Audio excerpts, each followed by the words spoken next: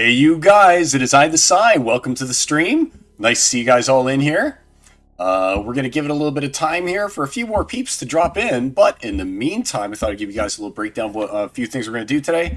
Like always, I save all my rewards, so we're going to go through a couple accounts. We're going to open some, I think we've got some bronze rewards, some silver rewards, some gold rewards, and some champ rewards. Out of a couple accounts, like 5 or 6 accounts, not all of which are owned by me. We got the machines account, of course. And I want to talk a little bit about a few of the proposals that are out there right now as well. Specifically for me, the unlocking of Soulbound proposal, because I've gotten kind of heavily invested in that. There's over like 3,000 comments and stuff like that. I've read all the comments. I've contributed as much as I feel like I can to the discussion.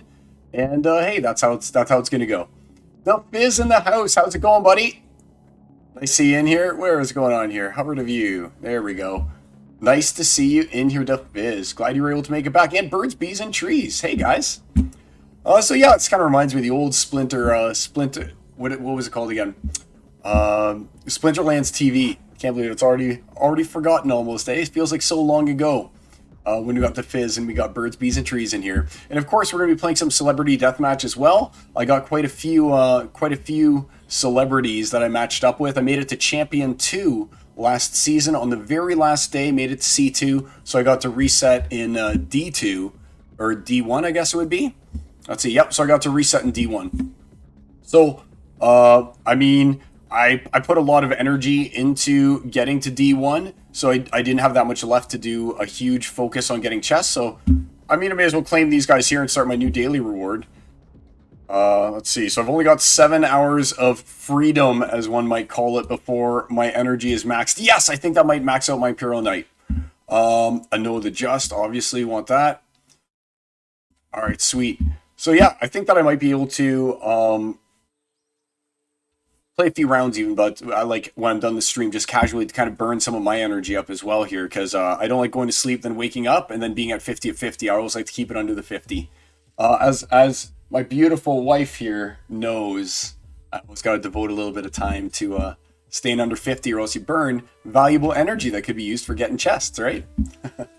Well, the death stare I got from her when I dared to even through my... Oh, I'm getting it again. All right, I better not mention her existence again.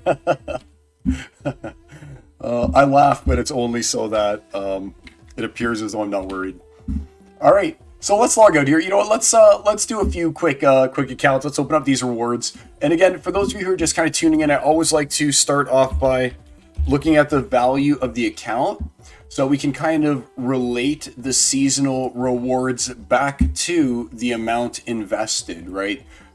Obviously, that means that if you have a great deal invested, you want to see your returns kind of stay in line with the larger amount, versus if you've only got a $45 deck like this, the reward should be in line with a $45 deck, right? That's always the goal of Splinterlands, is to make sure that as you increase your assets and you get better decks and you combine all your cards and you move up in leagues, that you're actually being rewarded more than you would be by staying in lower leagues, right?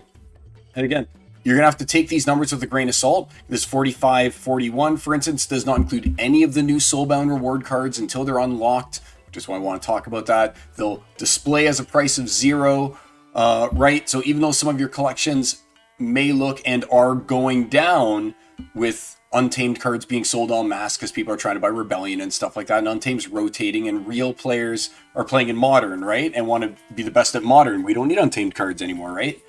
So as those prices are going down, it's reflecting poorly in our collection values, because we don't have the value of like some of the reward cards that we've been collecting showing up there as well. So that's an important consideration to take in mind. So this 45-41 is without value on any of the new reward cards. Now, that being said, I mean, it's still only 45 bone. So let's see what we can expect for that. And again, Slunchy here, he just kind of roams around in bronze, and he uses what does he use? He uses an Archmage token. So 45 bone, let's see what he's got for seasonal rewards, and then we'll go and we'll check it out on Splex for what he earned through the entire season. So here we go, let's get back there. So this is for the Slunch. Wow, look at this. So he's using his own SPS. There's nothing being delegated to him, and this is all he got for seasonal rewards. So you can see that, I mean, if you were a bot, you've actually got to put some effort into, well, he is a bot basically, right? So he's not really getting a whole huge amount of seasonal rewards here. Obviously, the SPS numbers are really low. I mean, 4 merits in some of these single cards that are common. About what you'd expect for like a $45 deck, right? He has gotten a few legendaries because, I mean, there comes a point when you just open so many chests, you're just bound to, through odds, just open one, right? But at the same time, this looks pretty indicative of what we've seen over previous reward seasons from the Sluncher. Ooh, a Matriarch. That's really going to help him out. He's gotten 3 possessed puppets so far.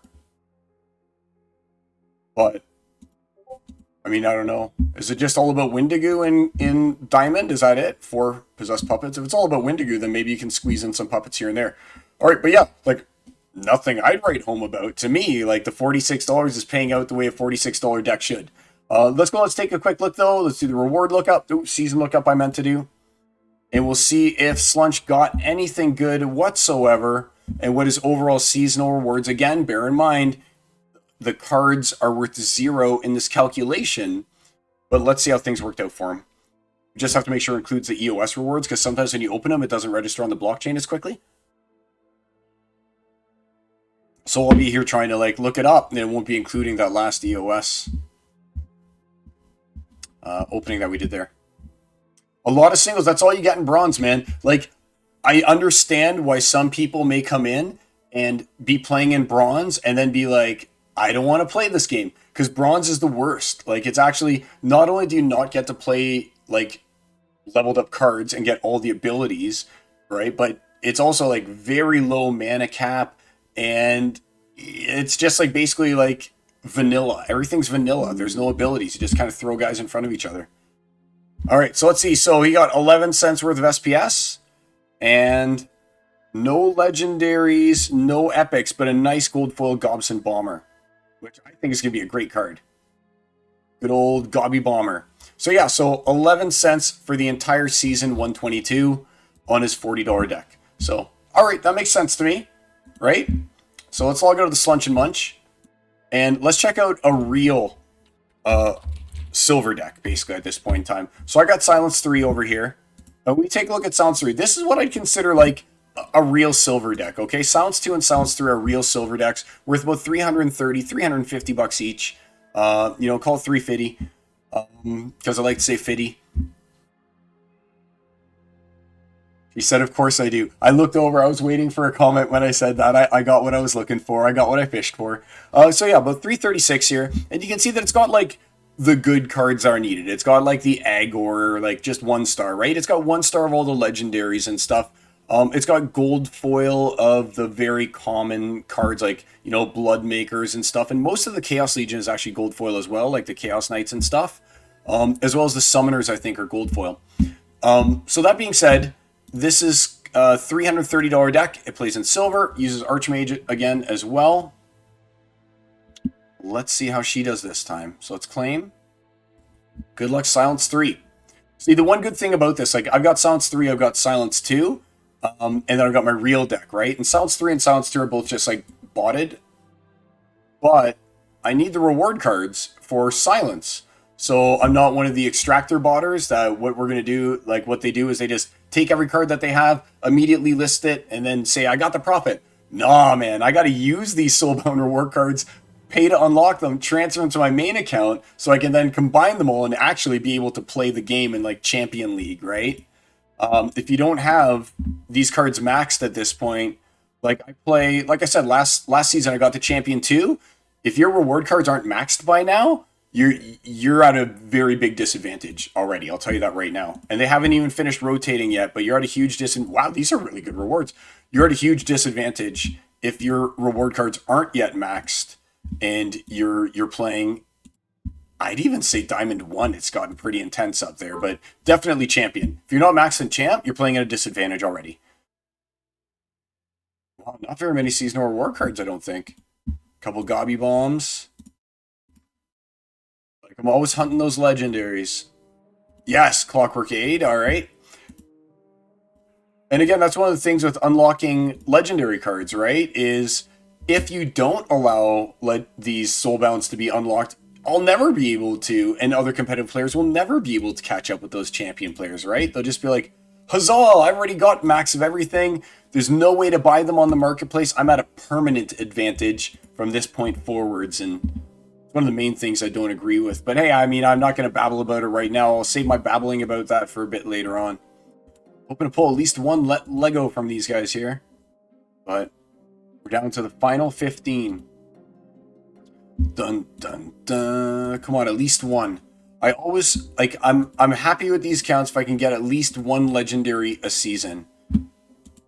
Then at least it's like, hey, you're doing something for me here, but I don't think that was very good. All right, so let's check out the season summary here. And we're going to do season summary for Psy 3. Let's see if I got anything good at all right now. That's what I'm hoping for. I'll take anything. I'll take anything. And by the way, DeFizz, don't spoil the results of that of our little bet that we had there. As soon as I'm done with opening these, I'll go ahead and I'm going to play the battle. And we'll let the suspense build. And they'll see who won the bet between you and I on your little buddy there. See if he was able to perform or not. Okay. So this count were 300 or so dollars, $335. Had a return of 275 in just SPS. And it got, all right, one Clockwork 8, I'd say, is a standout. And one Know the Just were the two standouts. And then a bunch of like commons and stuff like that. So again, if we consider those worth 50 cents each even, all right, I mean, let's consider Noah and Clockwork 50 cents, just for purposes right now. That'll bring it up to like 37, and you're looking at like 1%, right? So, I mean, when you factor that over the course of 52 weeks, divided by 2 is 26, then if this is 1%, then you're making 26% a year, sort of, right? I mean, over the course of 4 years, that would pay itself off, and everything after that is free and clear. And again, that doesn't include any of the other like chafe or any other previous rewards that might have been better. So I always love to look at it like that from the perspective of how long would it take to pay back the investment that I have on it. But the thing is, over the course of that 4 years, what's obviously going to happen is there's going to be more rotation, right? So more cards are going to end up rotating out. You have to buy more cards to stay competitive. What I have like lined up here is only good for like another year. Right? And then at that point in time, all the bots that are using Chaos Legion are going to be using Rebellion and Rebellion era reward cards and stuff like that, and whatever the next set is after that. So a lot of these bots that are using lots of Chaos Legion, like a year from now, I mean, what do you think? Do you think that Rebellion cards are going to be as cheap as Chaos Legion? Do you think that the bots are going to be like, hey, let's rent a bunch of Rebellion so we can play when Rebellion's actually an expensive set because it hasn't been overprinted? I mean, it's going to be something to find out, I guess. But I got a feeling that once Chaos Legion rotates, there's going to be a huge drop in anything to do with bots because cards will be expensive again, you know? All right, let's do a claim here. So again, now we're in Silence 2. I consider Silence 2 a little bit better than Silence 3. Because if I have something only one of, I give it to Silence 2. Yeah, there we go. So 424. Ironically, though, spoiler alert, they perform pretty much the same. All right, so let's do a claim here. So we're at 425. We'll call 425 nice and easy number. So ideally, I'd like to make $4.25 in this transaction to kind of keep up with the Joneses. That is Silence 3, right? But if I even get one Lego here at this point in time, I mean, statistically, I think we're at the point when there should have been a legendary pulled, right? Or that by the end of this, that there should be a legendary pulled. Because we've got to be looking at like over 100 silver chests, and I think the odds in silver is like 1% or something like that, right? Ooh, Ravenhood Warden. Great card. I'm about 5 short to max Ravenhood Warden. Yes, the Rock. I want to get this guy to the point when he has, what's called Redemption or something like that, when he has Explosion ability.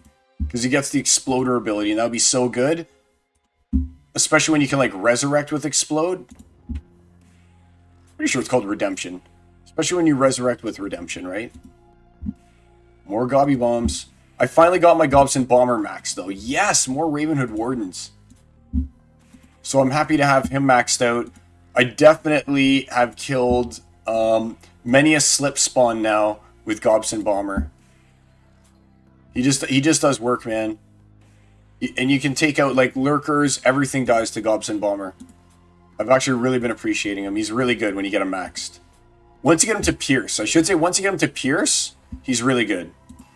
Pre-Pierce, you're wasting that whole recharge, right? That's a big problem with recharge. They've got a shield, you wasted 2 turns, you hit the shield, or the armor, I should say. There you go, you're done. Wait another 2 turns before you can possibly do something. But giving it to Pierce, wow, not a legendary out of that one either. Jeez, bad luck. But giving it to Pierce means it can get through that and still, like, take out your target. It's real good because it deals what?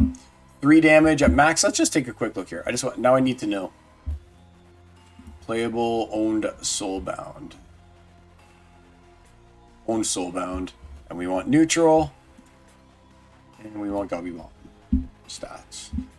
Yeah, there he is. Okay. So right over here is where I'd say he gets good. Once you have an 8-star, so they can go ahead and you can deal 9, right? It's triple? Yep. So you can deal 9. This is where he starts to get really good. Right here. But right here, once he's got Fury, that's 18 damage to a slip spawn. That's 18 damage to an Eggor, right? That's substantial. Like, you're done. So I've been using him somewhat successfully. Sometimes I just like mess up, right? Just like anyone else. I form a team and it's just like completely wrong or I get completely countered. But in some of the high mana matches, I've actually been using Gobby Bomb because you know they're going to drop Eggor, or you know they're going to drop like Mycelic Slip Spawn, or you know they're going to have in like their front rank or something like that. Like it's not as effective against the bear, but I mean it's still good against the bear. He's just solid, man. And again, once you get him with Fury, then it's just like pretty much one hits any kind of defender. I wonder, so 18 damage divided by 2, so he could almost take out. He'll do 9 damage even to a shield bearer, but then he'll also get hit back for 2, right? But he'll do 9 damage to a shield bearer even. That's pretty good because the shield bearer has reflect, right? Has what's called return fire. That's return fire. Okay, so I just claimed these. Terrible. Okay, so Silence 3 and Silence 2 have both failed me big time. Birds, bees, and trees. Yay! 420. Yeah, buddy. I've always been here, Birds, bees. I've actually been streaming since basically it all stopped. Since Splinterlands TV stopped, I stopped for like 1 week just so I could get like my personal Twitch back in order. And then I've been here ever since. Took 1 week off. But for the most part, I just like to stream, right? All right, let's take a look here. So we got the Crack Zarok. We got the Evelyn. And we got a Sorrel of the Bale. Yay. All right, I like Sorrel. Sorrel's ironically the one that I already have maxed. The only legendary card I have maxed I keep getting. Sorrel of the Bale. So this one's a $150. Yeah. I got another sigh. Doing my job as a husband, right? Yeah, so it's only a $150. It actually did worse than the previous one, right? It did worse than Silence 3. Oh me, oh my. Okay, let's log out. So we're going to get to the good one, all right? We're going to get to the one everyone always looks forward to. The Blessed account. Machine's account. All right, let's see what Mr. Machine has to say for himself. Switch account. He's still doing well, by the way. We talk a lot about anime these days. So 53. So he's worth 5,300. And let's see what Machine 107. He must have sold some stuff. Let's take a look here. Explore market history for Machine. Oh, his Alaric Stormbringer finally sold. His weird Alaric Stormbringer. And his Kimmer Princess. For 30 bone. I almost wanted to buy. You know what? I almost bought today. I'll just, before we open Machine stuff, I just want to go to the market. I just want to show you something here. I was going to renew a lot of my rentals and stuff like that. And one of the things I always rent is Elvish Mystic. And is there still one on the market here? It's gone. All right, so there's one on the market, and it was like $20 or something like that. It was literally $20. It had a cost. Its cost was literally like 78 cents or something like that. It was exactly what I wanted, pretty much. It was a 25 BCX, right? So right at the perfect spot to give silence. And I was like, oh man, I want that for basically the $20, right? For $20, I was pretty much gonna buy it. But then I thought to myself, okay, well, what do I play? All right, I only play Modern. So we have until December, basically 4th or something like that, right? December 4th, December 5th. I forget the exact date. That's less than a month away. With DEC being at PEG, right? That would cost me basically 20,000, right? It would cost me 20,000. And meanwhile, the rental on it, because I'm renting it. What? Okay. I'm renting it right now. And the rental cost, and this is something you guys have to weigh, right? Was less than this. The rental cost was like in the 50s. So I think I'm renting it for like, we'll call it 60 DEC a day. So I was like, okay, if I'm going to go ahead here and I'm going to pay 20,000, if I divide that by 60, I can actually rent it for a full year, 333 days at that price before I've like paid off the cost of the Elven Mystic. And I only need it for 1/12 of that. So if I divide that by 12, all right, I messed it up. Let's multiply again by 12. Multiply 12 equals, there we go. So it's 333. And after then multiplied by 365. So I'll just start over. So 20,000.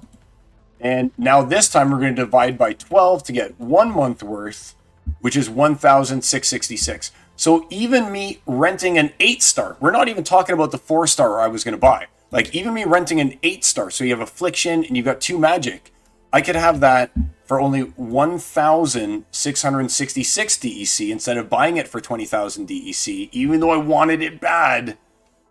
And I could rent it for this last month that it's going to be available. And I'll save myself basically, what, 18,000 DEC? 18,300 DEC? I mean, I'll take that. Because after that, this guy will never be played by me again. There's no point in me buying it. It's worth it. Save the 18,000. Do your little calculations and stuff like that, right? Do your little calculations. Make sure that it's worth it to buy. Bordell Music, how's it going, buddy? Nice to have you in here. Welcome to the stream. But yeah, so that's how I talked myself out of buying an Elven Mystic. And it's the same thing. Like we were mentioning a Kimmer Princess, right? And I've seen some good deals on Kimmer. Oh, Failed Summoner. I wanted you so bad. But again, you're totally unaffordable to me.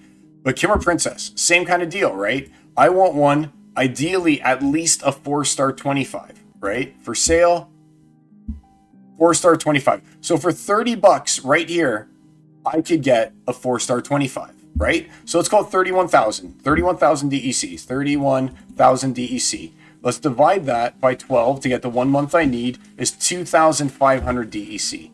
So this guy here, for 1 month of renting it would cost me 2,500 DEC. It's not even at the level I want it at. It's not even at like this 8-star, which is what I really need. Oh, price, power going down, right? So I passed on that too, because I'm like, all right, it's going to cost me more than 10 times as much to buy it when I'll only need it for 1 month. Make sure you do your calculations, guys. Don't like spend your DEC needlessly when you might not be able to use the card in the near future, you know? You were looking at some Untamed deals and talked yourself out of it as well. Good job, Bordell. Like, if you only play Modern, you have to look at it through the lens of any one of these cards only has a month left, right? So to me, I don't even know I don't even think I have a buy-in point. Because I expect if you really wanted to buy Untamed, just wait till Untamed totally rotates and it will follow the same trajectory as Magic the Gathering cards. As soon as there's a big set rotation, these cards are going to go down even further because now there's like almost no utility for them, right? Rating inflation is kind of real and wild because bots are just like plentiful in there and you can play with underpowered accounts and still win because you're playing other underpowered accounts, right? Versus Modern when everyone is just like max level cards for your league. So, I mean, this is the kind of card that I don't think would get you huge benefit if you were to transfer it over into Wild. They'd just be like, oh, okay, cool, you have the Kimmer Princess. I guess maybe you'll get one more bonus win or something like that, right? But unless you're trying to leaderboard, I don't think you even need it because you'll get the ratings inflation from Wild. So I've talked myself out of buying anything Untamed whatsoever.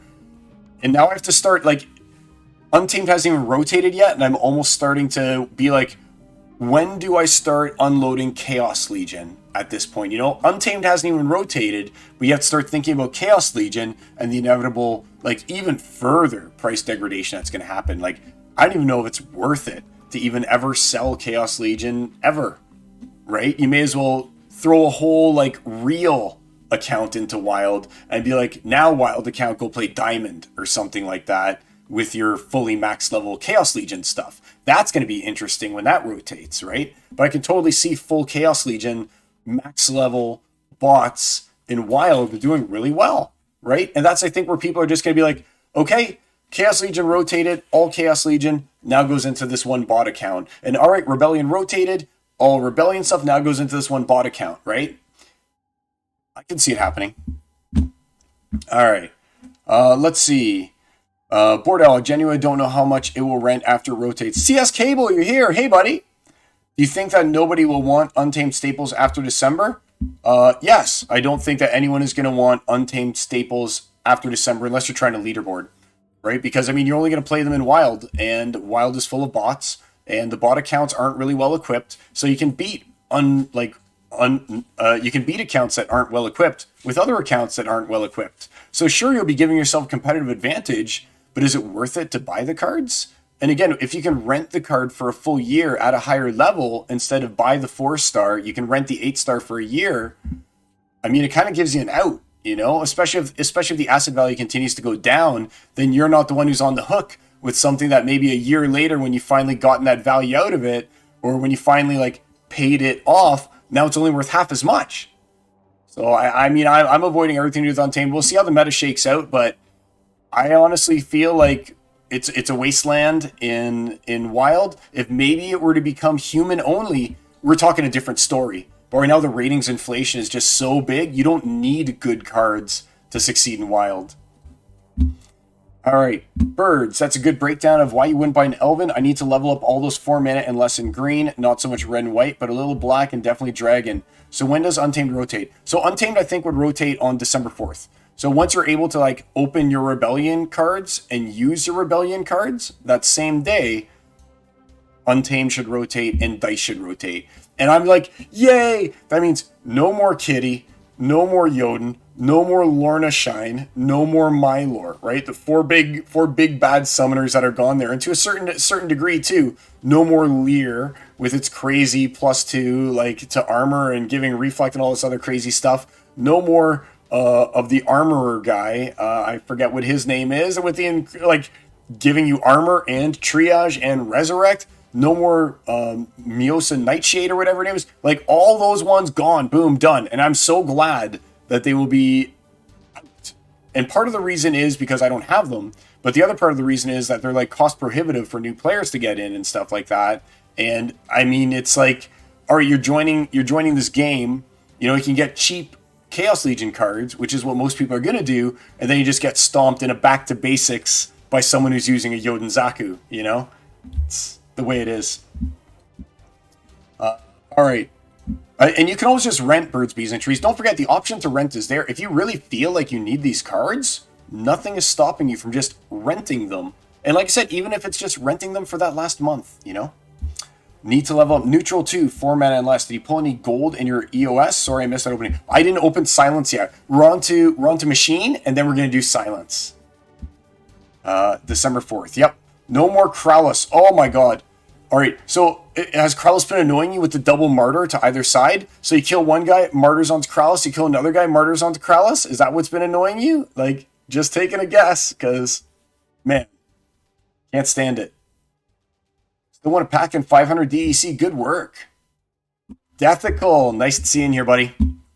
All right. So, yeah, there's a little kind of like side tangent about Untamed and what I feel is going to happen to them, but I see these prices dropping even more in 1 month time when suddenly they're no longer even usable in Modern, because let's face it, players play in Modern, right? And Wild is bots. Again, this could change. This could be nothing's financial advice that I say here on this channel, by the way, like disclaimer. This could be the opportunity with everyone thinking like me, right? To scoop in and grab some of these cards after rotation when they go down even more, with the anticipation that eventually there will be a non-bot wild. Because if there's a non-bot wild, then it's game on again, right? Then it's game on. If you can get these kind of rewards that you're getting in like modern, except in wild, when even less people will be playing, so you'll be getting even more rewards, then you're gonna see the exact same thing happen as what's happening in modern. Modern, super competitive, right? Because we're all players. We want to win. That same thing is going to translate down into wild. And now you're going to be in wild, and everyone's going to need to have their Kimmer princesses and need to have all these untamed cards in order to be competitive against other humans. And if there's a third league that's bot only, then that's going to be where there's the huge ratings inflation and you don't need to have any cards or anything like that, right? But the potential does still exist for untamed if there's a bot free wild, because just like modern, people are going to want to be competitive in wild without the bots, and then they're going to need their Kimmer princesses back, and they're going to need your elvish mystics again. All right, let's take a look here. Let me just catch up. Oh yeah, the self-heal immunity, so good. Please, no more bots. I vote for a bot-only league called Valhalla, where dead warriors go to battle for. I'm the same way. I'm actually in the position when, if I could choose right now, if I had all the powers of the Tao in this hand right here, I would make a third league, and I'd split the rewards 40, 40, 20, and I'd have wild, or I'd have, what would I call it? I'd call it modern, worth 40%. I'd call it legacy, worth 40%, and I'd have wild, worth 20%. Because at this point, I feel you have to make a concession to the bots. This whole past 5 years, like the team's been bot agnostic and stuff like that. And I know that there's like the fallacy of sunken cost that I'm bringing up and stuff like that, right? But still, it does give people a chance to be like, you know what? I'm going on vacation for 2 weeks. I don't want to just lose out. I'll go into wild or something like that for 2 weeks on a bot until I get back. Or you know what? I'm Splinterlanded out. I need 6 months, and you can go into wild and bot it for a little bit. So I do see a little bit of the value in having like a place where bots can just play. And I think that you could get some pretty valuable data out of that as well. Like, think about it. If you're like, what are the most optimum plays that exist? You can check out what's going on in wild and champion in wild, where the bots are making the most educated decisions possible, and you can try and copy those lineups. I think it would give you valuable information to study the formations that start coming out of one of those types of leagues that's like basically all bots. But I still think that there's some place to put them would be best, other than saying you're banned completely, and then you have people that start circumventing the rules, right? Then people are like, well, man, I'm still going to get my rewards one way or another, so I'm going to use a private bot or something like that, right? I feel like you have to give them somewhere to go, or else they're just going to come back, you know?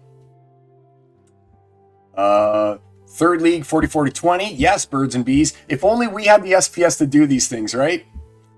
No bots wild proposal. Maybe have something here, maybe. I think no bots wild is something, and it will happen. It's just a matter of when it happens and will there be a third league. I can almost guarantee you guys there will come a point when there will be a no bot wild. Like, we saw the success of no bot water, and success being like humans play, right? We'll want to see that same success with no bot wild. But then that brings up other things. All right, I guess I'm going to babble. You guys know I like to talk. All right, so I guess that brings up another thing now, right? So how many people would now leave no bot modern and go to no bot wild if that were to happen? And if we had like 1,000 people playing in no bot modern right now, would all that happen be now we have 500, or would it be you have 700, 300, making the reward pool disproportionate, making it so that you have incentive to go and get a wild collection because the rewards are so much better in there? Would you have there's so many opportunities to see how the player base is going to split themselves in there, along with the way that the rewards are going to run, and then seeing the different rewards based on no bot modern, no bot wild might have some people transition to wild, where there's obviously going to be less people because the card pool has more depth and you can't own everything and you can't do as well. It's going to be fun. No bot modern hasn't proven to be successful yet until no bot modern starts growing player base. I disagree. So here's what I think about that, Death Skull. I think that it's been successful from the standpoint of restoring morale to those of us who are already within Splinterlands. If they wouldn't have done this, I guarantee I would have quit. I wouldn't be playing. I would have set my bot and pieced out and maybe come back to check it. Because I was one of those players who I started botting because everyone else was botting and I was tired of losing to bots. So I was like, forget it, I'm going to bot. And I mean, to be perfectly honest, there were some days in a row I wouldn't even play. I would log in just to see what my rewards were because I told the bot, don't collect my rewards. I'd say, oh, bot, you only got me six chests today, or good job, bot, you got me 12 chests today. But aside from that, it was just click rewards and move along. No, like, real interaction with SL aside from just, like, collect rewards, move along. And once you, like, lose that engagement, it's hard to bring it back, you know? And if too many people lose that engagement, they're just gonna be like, why am I even playing this game, and just sell off the assets, right? So I think that the first thing was, like, restore faith in Splinterlands for those of us who are here.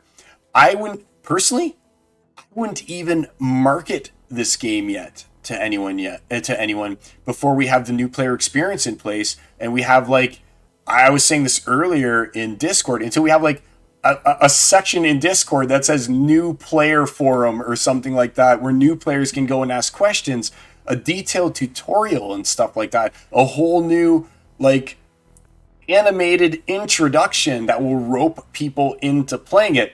I feel like there's no point in trying to do anything until we fix everything from the way that novice works, bronze works, the whole rating system. Until that's fixed, I don't even want to introduce people to Splinterlands, because you're going to want to look at the retention rate. Now you've taken a person who's interested in Splinterlands, you've introduced them to a non-finished product from a new player standpoint, right? Which gives it a higher chance of that person that could have stayed leaving. I'd rather wait until and get those people who would be interested in the game, have them play it when it's polished, even if that means waiting 6 months, and stay, than having them show up, take their shot, be like, I don't even understand what's going on. I just get beat by Quora Martyr in, like, novice or whatever like that, and the ranking system sucks, and I don't understand how to rent SPS, which is a problem we've already seen and stuff like that, right? And I'm gone.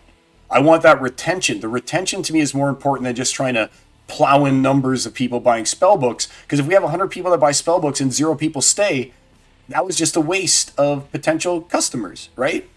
I don't want to see anyone even play this game until they fix it. Right now, focus on land for existing players. Focus on fixing the game so that existing players stay. And then once that's done, then bring us up, man. But I wouldn't even introduce this to a new player right now. I've introduced it to multiple players. They've all been like, this is overly complicated. There's no tutorial. I've got no idea what I'm doing. I quit, right? So I've been there. I've done that. I've tried. And it's not ready. Unless you're already into crypto at this point in time, or you're ready to seriously, like, invest into a huge learning curve, and you're willing to spend time, like, studying the game literally like it's your job, there's not even, like, a real good in-game tutorial. Like, if you want to just, like, go and be like, hey, I'm trying to find stuff out, right? You'll go over here where you'll click on this help thing, and you get to, like, this screen, like, which looks like it hasn't been updated since, like, 1995. When this is fixed, when we have a good onboarding process, I will be the first person to go out and get new players here and start my word of mouth again. But I've stopped word of mouth right now. I want to see them fix internally what we've already got, and then work on the new player experience, and then market it. Like, I don't even care about market makers right now. I don't even care about the value of the tokens right now. I don't care about any, like, nothing matters right now to me except for fixing the game for those of us who are here, which means releasing land, fixing the way the ranking system works and stuff like that, finding a compromise for unbinding the soulbound reward cards and things, and figuring out the new player experience is number one, and then let's go and let's market it again. But it's not finished. It's not ready. We'll turn away more people than we'll attract if they play the game right now. I'm just being brutally honest. Like, I'm being brutally honest. All right, let's see. Okay, I like the idea of random set rotation league, like for next month, beta CL month, after Untamed. See, I mean, but then that makes it so that it's inconsistent. So I don't necessarily like that. So Board All Music, I like the idea of random set rotation league. Oh, okay, a league that's completely separate, I can be down with. I thought that maybe you were like, I want leagues to rotate for beta CL and stuff. And I was like, that's too inconsistent. You can't plan around that. But if it was like a league where that's what you did and you could just rent the cards for that league at that time, that would actually be pretty cool. I take it back. Especially now that I read your lower comment that says, but keep modern and wild as well. So Oops, reading is good. Problem is that when you want to switch league, you gotta grind your way up from novice. Okay, so Bordell, comment on that again. Like Weird Beard, love the guy and stuff like that. It's too bad he didn't get to put a lot of his stuff into actual production. But his concept of league lock, when you choose the league that you want to be in for the season, and that's your league, I love that idea. Because that way you don't have those people who are like, man, I've got a gold level deck, but I only made it to gold 2, so I got demoted into silver, and now I'm getting crushed in silver, and I can't even make my way back up into gold, right? Or you've got the people who are like, I'm champ level, but I'm gonna drop down to diamond just to crush people, because they're easier prey, and maybe I'll only get 3 points a win, but it's a guaranteed win. So I think that league lock, if they ever do that, where at the start of the season you choose your league, and that's the league that you play in, and it doesn't matter. And you know what? If you mess up and you're like, haha, my gold deck, I'm so good, I can play in champion, and you sign up for champion, and then you just get slaughtered. Guess that's full season down the tubes for you. You should have chosen gold, or maybe diamond if you think you're that good that you can win in diamond with the gold deck. But then you get to choose where you are. You're not arbitrarily set back or anything like that. And if you were to introduce a little bit of ratings decay, which is if you're not playing, you're automatically losing points every day that you don't play, or every certain amount of time that you don't play. That's called ratings decay. If they were to introduce ratings decay, then you couldn't just be like, cool, I came first place last season, I got reset a little, I played hard with a bunch of rentals the first 5 days, I'm at the top of the leaderboard, and now I don't play for the next 10 days period. Ratings decay would make it so you have to play, or else you're just going to end up near the bottom again, right? All right, let's read this. That's not 6 months, that's 2 years, and they might not have enough runway for that. So I think that they based on what Matt wanted for runway, just with sales of Rebellion, I think he wanted to sell, what was it? I don't think it was even 250,000 packs, or it was around 250,000 packs or something. He's like, we're good for runway if we sell 250,000 packs. We sold way more than that. So I think that they've got some runway for at least a year. And I think that one of their top focuses after land and stuff like that is going to be the new player experience, so they can get more money, right? More people playing equals more packs sold equals more revenue for company. I think that they're going to start to prioritize that. I mean, I got a feeling that they've gotten to the point as a company when they know that we're all rocks now. We're no longer sponges that they can squeeze. We are all stones now, and you can't squeeze more funds out of a stone. And the only way to get that money in now is to get new players in. But again, I don't want them to rush the NPE. They cannot rush the new player experience, or else it's all for naught. And all the people that they'll be hoping to attract, all the potential players, will take a look and be like, undoable. Because that's the state for new players right now, as far as I'm concerned. Down to the SPS staking requirements, and the people that I've seen in our own Discord be like, why am I not earning rewards? Why isn't this better explained to me? And then they disappear. I'm literally, I found a new player, and I literally went and delegated him a bunch of cards, like tons of legendaries. I was just like, here's basically all the legendaries from Chaos Legion that you don't have already delegated from other people. Try them all out. I went and took a look at when last played, not played. All right. Galastream said that players are taking advantage of Champions Arena and to stop doing that, but they didn't explain what they were doing. She also mentioned Eternal Paradox and Mirandus, which looked kind of cool, but was a short stream with just little visuals on each game. Gala's really pumped as well as Illuvium, I guess. Well, I've got some Gala. It hasn't really pumped. I mean, I bought Gala, and Gala split into Gala 2 a couple months ago. And I mean, it's not that much higher than than SPS. All right, let's take a look right now. I think it's at like 2 point something cents, So it's not like, and it used to be way up high, just like SPS, Gala coin price, but I think it's like 3 cents max. Yeah, see? 0.24.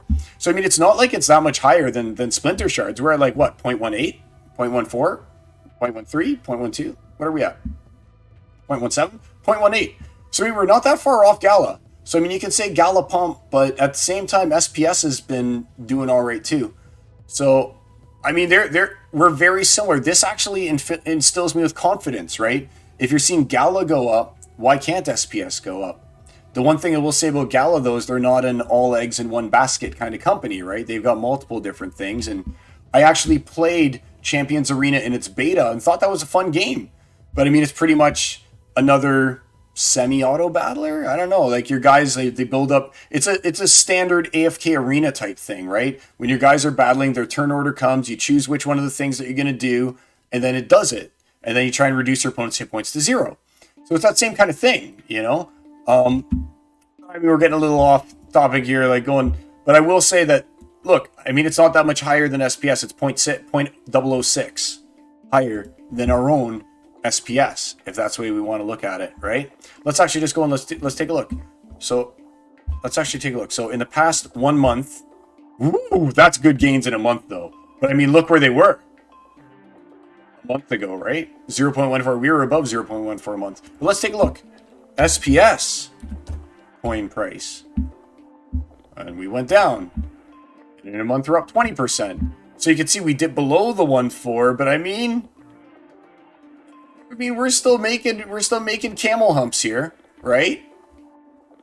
I don't think that the difference is that big a spread as people are making it out to be, especially just looking at the data here. Between SPS coin being at 0.17 and Gala being at 0.24. Yeah. All right. Crypto Stash played 3 games today, including Phantom Galaxies. But he did play 1v1, which was really cool. Spider Tanks is a power game called Golden Tides, was really cool. Yeah, so Spider Tanks, I've seen a little bit about it as well. Like, it's a different game though, right? Like, you have to ask yourself, like, ecosystem aside, what do you like to play? I'm not that into first-person shooters aside from Fallout 3 because it's like a role-playing game with a third-person shooter or first-person shooter shell.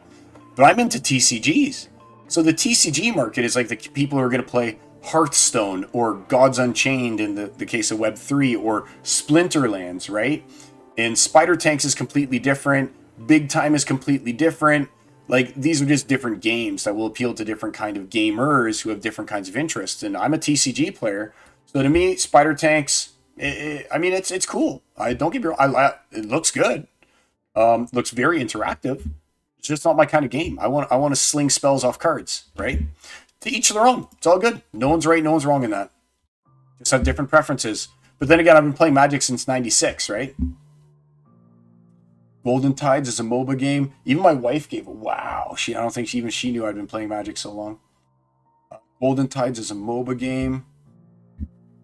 My wife says that when I started playing Magic, she was only 9 years old. Yikes. Makes me feel a little awkward hearing that. Okay, so Gala split into Gala 2, and that's what I thought. Maybe I'm confused with Gala with Parallel Coin. No, this was like Gala did a conversion of their coin, and it was like, we take X amount of Gala, we convert it into Gala 2.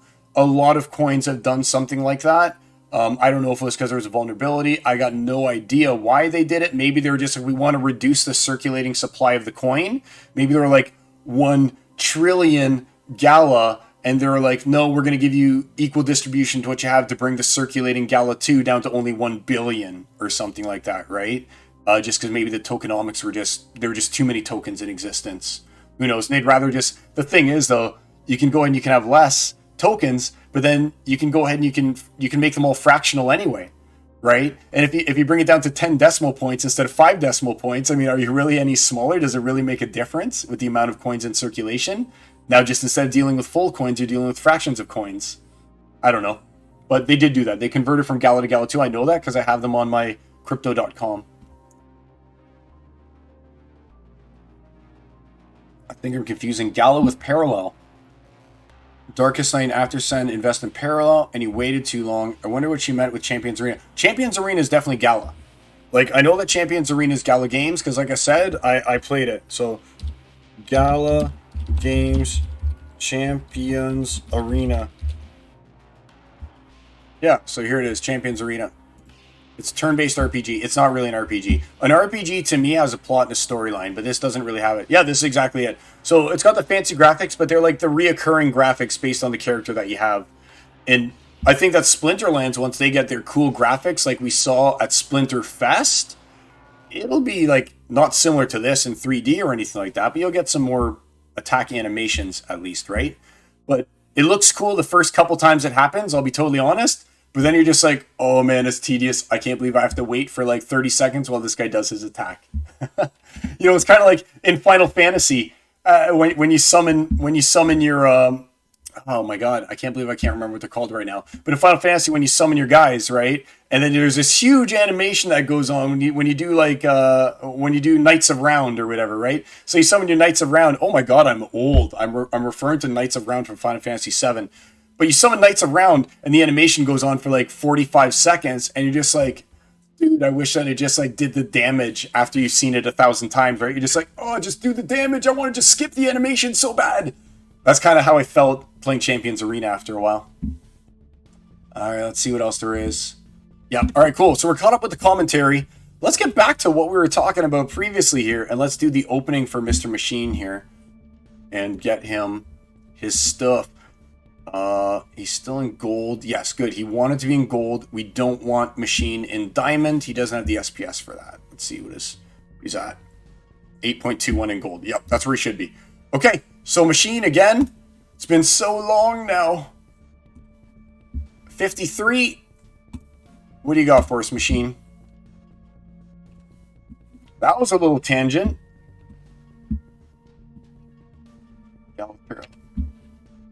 All right. Yeah, parallel is a completely different thing, I think, from what I've been hearing. I have heard After Sound mention parallel as well.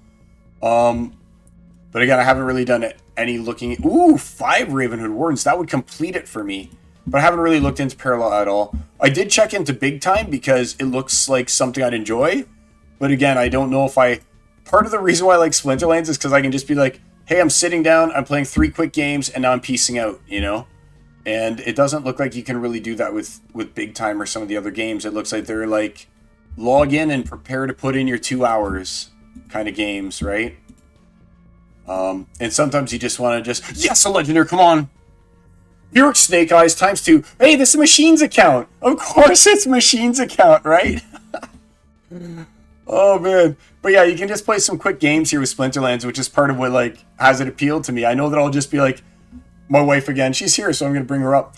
We'll be getting ready to go somewhere. I'll just be like, let me just quickly jam this game. And she'll be like, you're always jamming games and stuff. Why can't you just stop? And I'm just like, it'll just be quick. And then I can, like, enter the match and leave before I even see the results of the match. Come back, click brawl, see how the match turned out, But 2 barracks for the Machine. What a lucky guy. And I'll bet that soaked up the luck for the Silence account, too. But he's got a pretty full deck. He's got pretty much a complete deck for gold. Minus Untamed. Neither of us have Untamed. Machine and I are both Magic players. We understand the concept of cards losing value on rotation. So we made sure to ditch most of our Untamed, if not all of it, previous to this. Gold full Firecaller. Look. He's like, hey, you have to show me up. Lob Lowland. But see, when it gets to accounts like Machine and I mean, if it's not a mythic or it's not a legendary, I mean, we're pretty much at level 8, level 9, for commons. I got this guy maxed, the Riverboat Captain. Ooh, he does damage. And I love the fact that he's got, oh, yes, 3 Imperial Knight gold foil. I love the fact that he gets Afflict. Sometimes if there's a no neutral match that's going on and they're going to run back Jira up front, so you don't have access to your Dr. Blight, you can break out Riverboat Captain. Because if you don't put it in some Afflict, oh my gosh, Machine. Wow, I'm gelling. Wow. But anyway, yeah, if you don't Afflict Bajira, it's game over, man. Game over. Wow, Machine. You got any more? All right. Let's see if Machine... Oh, yes, and 2 more Will-O-Wisp. What a guy. All right. Come on, 1 more Legendary, Machine. We got a little greedy. We got greedy wishing for that. But geez, all right. Good work, Machine. All right, let's read this here. Big Time you'd be so good at too, but I agree it demands a lot of attention. Go Machine. Yeah, man. And that's just one of the things too, right? Like, and I don't know, when I look at Big Time, I try and think to myself, like, what is the fun that I'm going to have out of that game? Because, I mean, I bought and played and beat Diablo 4, and after a while it was just like the same repetitive grind, and that's kind of what Big Time looks like to me. Like, don't get me wrong, the graphics look great for a Web 3 game, but I mean, to me, it just looks like you run around, you kill a guy, you run around, you kill a guy, you look for the loot. Hey, I got good loot. Oh, I got time crystal. I'll upgrade my guy, you know, but it just feels like Diablo 4 without with NFTs. Diablo 4 with NFTs. That I don't know, and then the gameplay is just like run around. Again, like I said, nothing against it. It's just not what I want to be doing right now. I played Diablo 4, I beat it. I was like, all right, cool. I played the full story. Let's move on to Nightmare 2 or whatever it is. You know the stage you go up to, Nightmare. Not Hell. It goes what? Normal, Nightmare, Hell, or something like that. So I got up to Nightmare and I was like, I absolutely have zero interest in continuing now that I already know what the story is. Oh no, I didn't beat Uber Lilith. I just don't care. You know, because I already knew the story. And I want a Splinterlands story too. Like, get that in here already.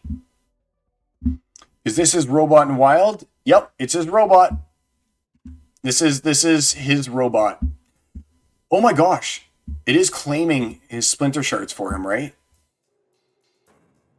Okay, it must be claiming it for him automatically. All right, good. So let's take a look here at the season summary for Machine.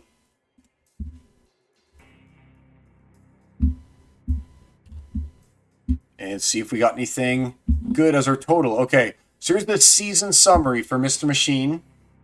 Just want to make sure it has the stuff in it. Where's those two? There we go. Okay, so we got 4 packs. He still managed to squeeze a few packs out this season. We got 2 Beericks. We got a Rock Karok. A couple Willies. An Evelyn. And a Noah. He had a good season as far as I'm concerned. $11 in like SPS and packs. It is what it is. But I mean, if I got this as my seasonal rewards, I'd be happy. Speaking of my seasonal rewards, let's get into Big Papa Pump over here. Okay, so we got my account's worth. It went up. Interesting. All right, so 68, call it 6,900. Heh, 69. And I always forget that with my account, I actually have to log in and claim. I always forget to claim my SPS because the bot used to do it. So don't let me forget to claim my SPS when we're done. I played Diablo 2 for like 7 billion hours, so I get the appeal. Exactly, so Bordel, same. I put so much time into Diablo 2 and Diablo 3. And, dude, I loved the auction house in Diablo 3. That was my favorite part of Diablo 3 was the auction house. And like, oh, I found this slightly upgraded gear. I'll try and sell it for $1. And then I'll try and buy a better one for 50 cents. And then I'll go and I'll sell that one for a toonie. And oh man, it was just like the little mini grind. And it was just like such an endorphin. You're like, I made 25 cents. And you have this huge endorphin rush over 25 cents. It was just crazy, right? Or you're like, I managed to snipe this one auction house item that was like priced way too low. And my guy just managed to clear another 3 levels. Like, it was fun. I'm actually doing a little presentation soon. Maybe I'll kind of announce it to you guys when it's done and stuff like that, where I talk a little bit about Web3 gaming to a friend of mine for a little almost like a little podcasty type thing. And I'm definitely going to mention, like, I think that people are way off with not wanting NFTs in their games and not wanting to incorporate Web3. Like, for instance, I think it was Ubisoft, whatever they're called, with Ghost Recon, was going to be introducing NFTs linked to, I think it was Tezos or something like Tezos blockchain, which is a green, energy-friendly, and efficient blockchain, right? It might even be one of the ones that, if it's not neutral, might even be green or something like that. Or maybe it's not quite green, maybe it's not quite neutral, but like, we're not talking any of the energy use of Bitcoin, which is what a lot of gamers seem to all say, NFTs, to think of the environment, you know, and they don't realize that there are actually like green blockchains, carbon neutral blockchains out there. They think everything is the same as Ethereum and Bitcoin, right? You know, where there's going to be huge gas fees and long transaction times and stuff like that. They don't know about things like Hive, no transaction fees, for the most part, almost instant transfers and stuff like that, right? So anyway, getting back to like the point, there's all these people that are like, we don't want NFTs in our game. And I'm like, why wouldn't you? Like, just imagine going and you're playing Ghost Recon, all right? You're like, oh, I sniped this guy from 1,000 feet. And suddenly there's this rare drop that happens. You're like, what? You go and you pick it up. It's some like just cosmetic item or whatever like that. That's a 1 in 10,000 drop. And you're like, okay, well, I mean, I don't care. This just changes the way that this weapon looks. Like it doesn't offer a competitive advantage or something like that. But I've got this item now. Let's go list it on the Ubisoft NFT marketplace, right? Just this random item that you got from doing something that you were already going to be doing, playing Ghost Recon. And you're like, oh my God, it's worth 500 bucks. I just paid a portion of my rent by selling a cosmetic item that I got playing a game that I was going to play anyways. Why wouldn't you want the potential for something like that to happen? Like, I get it if they're like, oh, well, it actually just got the random rare drop of the ultimate machine gun bazooka that you fire this grenade and it kills all enemies and heat seeks them within 1,000-kilometer radius or something like that, right? I get it. If that was the NFT drop and you're like, well, now anyone who has $10,000 to buy it just automatically wins, I'd be raging too. But like cosmetic items and skins and stuff like that, what's the harm in allowing a little bit of value to go back to the player? Like, why wouldn't you want that? Why would you not want to have the potential to be like, found an item when I was just playing what I was going to play anyway and sold it for $100 and my buddies and I, we all bought pizza. Like, tell me what the downside is to it. I just don't see a downside, you know? Riddell Music. To me, NFTs and TCGs make perfect sense, but I'm not sure if any other genre needs them. It's like multiplayer. Not every game needs one. Absolutely true. But options are good, in my mind. Why not give the choice? Why not just make it a feature? Like, if it doesn't take away and it only adds, why not? I'm just against I'm just for, like, options. Like, I want to be able to choose what I want to do. And if the option exists for it, there's nothing saying you have to do it, but just having the option is nice, you know?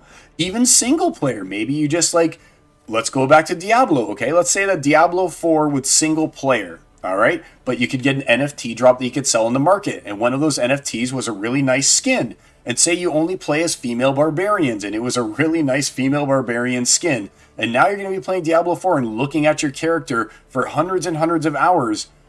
And you're like, I can buy this skin for $30. I'd rather look at this skin of my barbarian for 1,000 hours than the one that they have right now. Just another option. I like it. I like it. And not every game needs one for sure, especially role-playing games. I hate how they always jam multiplayer concept into like story-driven role-playing games these days. Hey, the only way to beat this chapter is to engage in a group like battle with a boss and you have to interact with other humans. No, I don't want to interact with other humans. I want to just be left alone to play my game, you know? Especially when it's an RPG, you just want to get into the story and then you've got some guy like, again, Diablo 4. You walk into this forest of blood. I just want to complete this quest, right? Which is like walk into the PvP area, click on this shrine or something like that, complete the quest. You walk in there, you're instantly killed by like these high level guys that are just like stalking you for ears or something, right? All right. Pancake saw crypto gaming hub. You can earn cake. Yes. So that's pretty cool. I know that you can earn cake on so many things through Pancake Swap.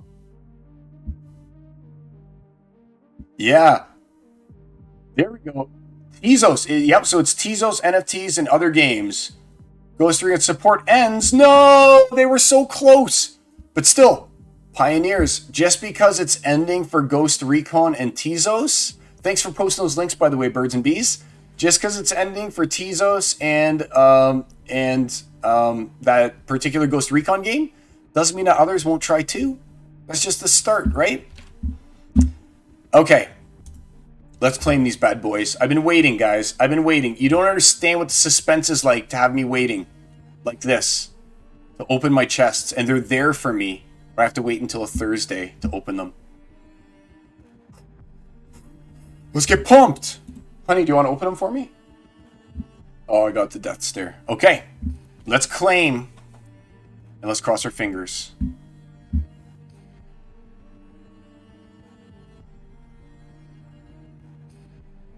I think I got like 52 or 53 champ chests. But it sucks because I play in Diamond for like 10 days out of the like 14 days. And I only managed to get back into champ most of the time right at the very end. 13 Ferox Defender. 1280 merits. Okay. At least these are real champ chests. Oh, I had to say the real champ chests and then open a 3 SPSer. Of course. 1200. That's a pack right there. Alchemies. A 2 SPSer. All I want is... Come on. That shouldn't even be possible to get one common in there. 13. There we go. I swear my Imperial Knight's got to be max now. Wow, disappointing. 4 cards. This Ferox Defender is really good. Uh-oh. Don't reset my whole screen. Yes, it's a legendary. Come on. Yo, Skok Duskblight, but it's gold foil. Yay! All right. I was like, no, why is it Skok? But the fact it turned gold foil, buddy, I'm not even going to complain about a Skok Duskblight. Woo woo! Guess what? It's going on lands. I know, Mavs, you hate it. Hey, I'm a Mav. I know, guys, you hate it, but it's going on lands. I'll pay the unlock, and that's where these Skoks will go. Yes! All right. So that totally... I haven't gotten a single legendary all season. The Skok makes me happy. Nice! It's so funny, too. Like, that's what I love about these Soulbound reward cards, and, like, I can't state enough how disappointed I would be if they took away the Soulbound aspect and just made it, you can buy whatever you want again, whenever you want. Yay, there's no anticipation. Like, that split second, when you click the box, it's shaking, but you don't know what it is yet. And then you're like, oh, what's it going to be? At that moment, it's Schrodinger's reward chest. It's both an Iziar and a Skok at the same time. And you only know which one it actually is when it actually flips over and is revealed, right? The only good thing about revealing a Skok is when the Skok turns gold. Let's face it, right? Maybe I can... Ooh, 112 SPS. 111 SPS. Gobby Bombs. Brute. More Sentries. Yes! Clockwork Aid. Come on, give me another legendary. Give me another legendary. I really need... The thing I need the most right now is the Death Legendary. I'm one away. I forget the Death... Usit, I think his name is. I'm one away from Usit getting healing. I need Usit to heal. The number one card that I want right now... Ooh, I'll take those in gold foil, is Usit. If I could pull an Usit today, or a Phyrexian hero, I think his name is, the red guy, I'd be happy. But an Usit would, like, make... Yes, more Clockwork Aids. Getting them en masse. But an Usit would, like, make my day. Because in those magic-only matchups, when you're already using, what's his name? Thaddeus Brood for the -1 magic, and now you've got, like, a tank frontliner that also heals. And it's like, oh, sorry, you didn't choose a Dr. Blight or a Riverboat Captain or something like that. You're not going to break them. Darn it. Kind of not so good. Come on. One more legendary here. One more legendary. Yes, Idri Fire. Here it is. Legendary. Okay. I'll take the Fire Caller. So, I mean, I'm not going to complain about getting 2 gold Skoks, right? I mean, it's something. It's something. And that's, again, why I always say you got to take it a little bit with a grain of salt when you read it, what it says in your season summary, because it's not going to reflect anything to do with the value of those Skoks, for instance, or any of the other cards. So, I mean, I always take this with a grain of salt. My account's worth like 6K, and it's like, oh, look, you got 21 bucks, but it's a fake 21, right? It's not a real 21. Let's see what I got. So I got the 2 Skoks. Got a bunch of Clockwork Aids. Most of them, it looks like, on end of season rewards. Idri, Evelyn. I got some Zax Rocks or whatever they are. It wasn't a really good season at all, was it? I mean, aside from these Skoks here, it was not the best. And next season starting off pretty good with some Evelyns. All right, cool. So, I mean, it is what it is. I look at this like a season of Skok in gold foil. So I'm not going to complain. What was I going to do now, though? There was something I was going to do. Claim my rewards. That's what I was going to do. It claims the SPS, or it gets the hose again. Thank you, Bordeaux Music. You got it, buddy. Yeah, Usit healing OP. I think it would even be OP in Champ. Miss Silence. Yeah, we gave her the call out, but she didn't come. All right. Yeah, so let's claim this. So I got like the 488 here to claim, and I know that if I would have pressed that before collecting my rewards, I'd have to wait longer. And then I've got this 38 to claim.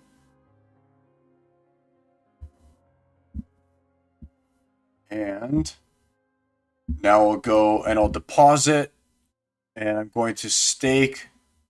I'll stake 25%. Sure, I'll stake that. I'm all into the staking, man. Like, I have no intention of trying to sell a bunch of SPS. I need some liquid SPS in case I ever want to do like tournaments or something like that. I don't want to stake everything. But yeah, I'm all into the staking. I still have to rent right now. Let's see what I'm renting. I'm putting out 9,000 DEC a season for this 150 that I'm getting off of Queen of Monsters. So that's Dave, right? Incoming. Here we go. Yeah. So right here. So it's cost me 9,000 a season, right? So I have to go back. Literally, I really should go back here and be like, whatever this 2124 is, minus $9 plus the reward cards, because I have to factor that in. That's why I'm not buying SPS, but at the same time, I'm always happy to get it, because the more SPS that I get, the less I have to pay in rental costs in order to stay at the league that I'm at, right? Stay at the reward level that I'm at, which is only like 10x. So like I'm that much higher. I could probably go down to, I'm at 11 right now. I could probably go down to like 9, to be honest with you, and still be fine. I'll have to probably look into that. All right, let's just see. New Guild Brawl Battle. Let's check it out. And then, look at what should we do next here? Let me take a look. Uh-oh.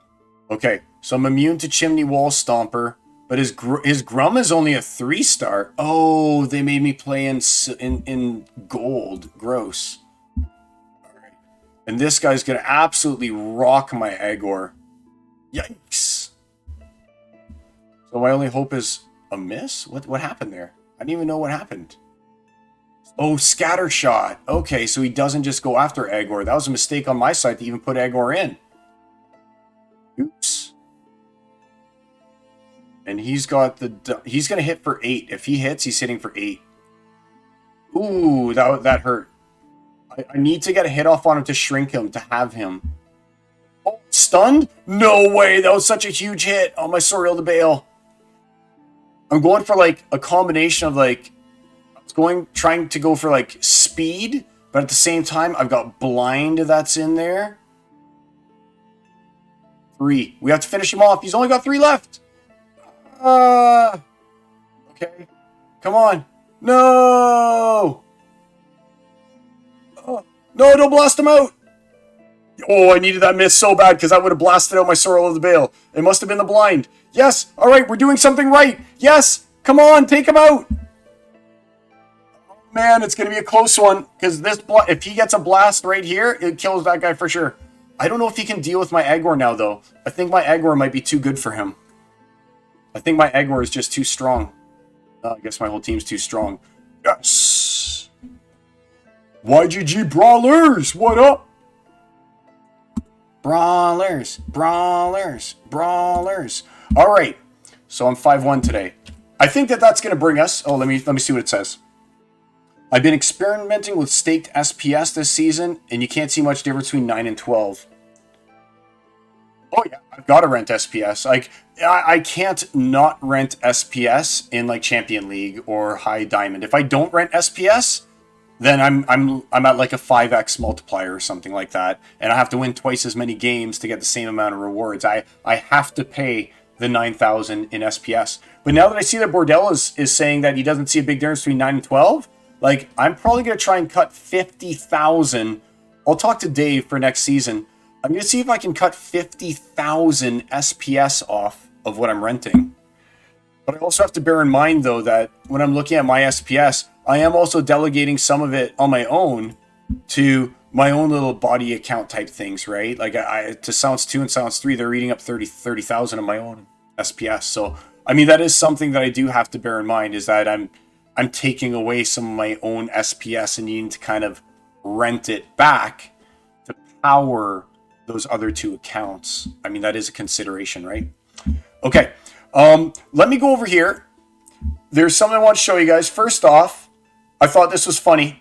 I call this when you see Splinterlands everywhere. So this is our recycling trucks. How much is it to rent SPS? So right now, birds and bees, I'm paying 0.004, I think. So 150,000 SPS for 2 weeks for a full season has cost me 9,000. So I look at my recycle truck going by. I mean, I'm definitely not thinking green for life when this one goes by. I'm definitely not thinking green for life, right? I'm thinking gold foil legendary. And then the best one though, okay, the best one why I had to do this is I go to Canadian Tire. I'm leaving Canadian Tire.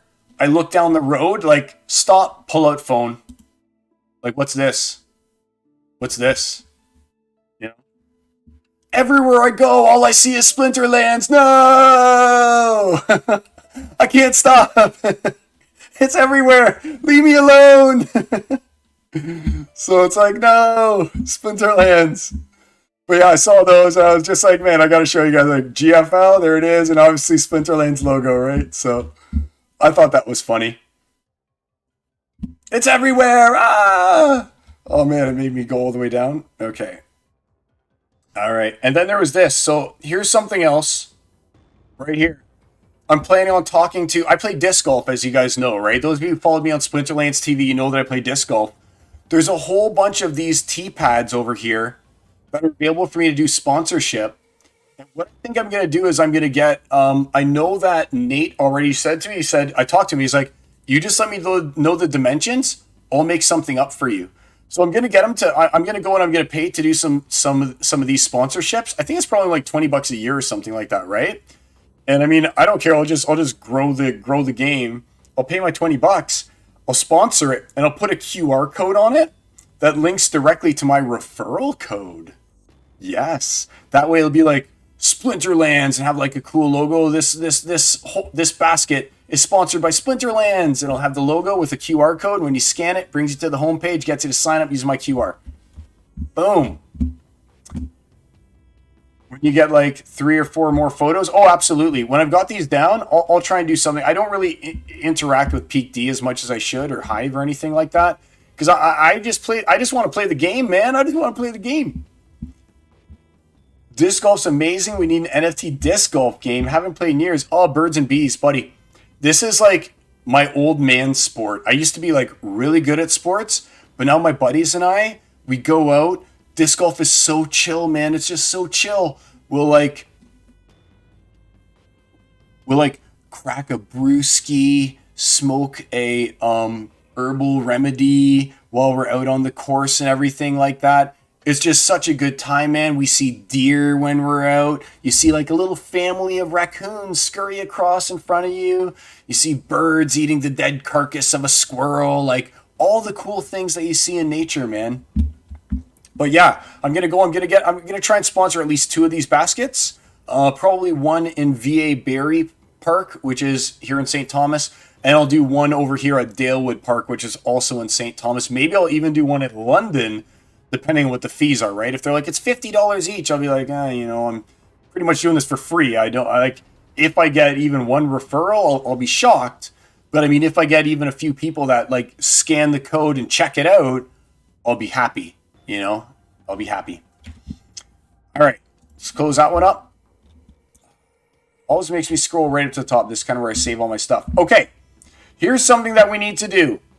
So, some of you may know that the Fizz and I... Oh, let me read this comment here. I know you're so right. 420, so good. Love the deer. You feel like you're playing right now. Yeah, man. Have a good night, Deathbolt. Thanks for joining the stream. Pleasure having you in the chat, my man. Hopefully I see you next week. Have a goodie. But so the Fizz and I, last week, it turns out that our guilds were in the same brawl. And I was matched up against, obviously, someone from his guild. So we put a pack of Chaos Legion down on it to see who would win in that fateful battle. And the deal was that if I won and beat the Fizz's buddy there, his co-guild mate, that DeFizz would give me a pack of Chaos Legion. But if DeFizz is guildmate 1, well, I forget his name, but we'll see it soon, then I give him a pack of Chaos Legion. So this is it, guys. The results. Let's find out who won in the battle between Sai and, I guess, Deus. So DeFizz, you've been waiting for this. Here we go. The outcome of the battle.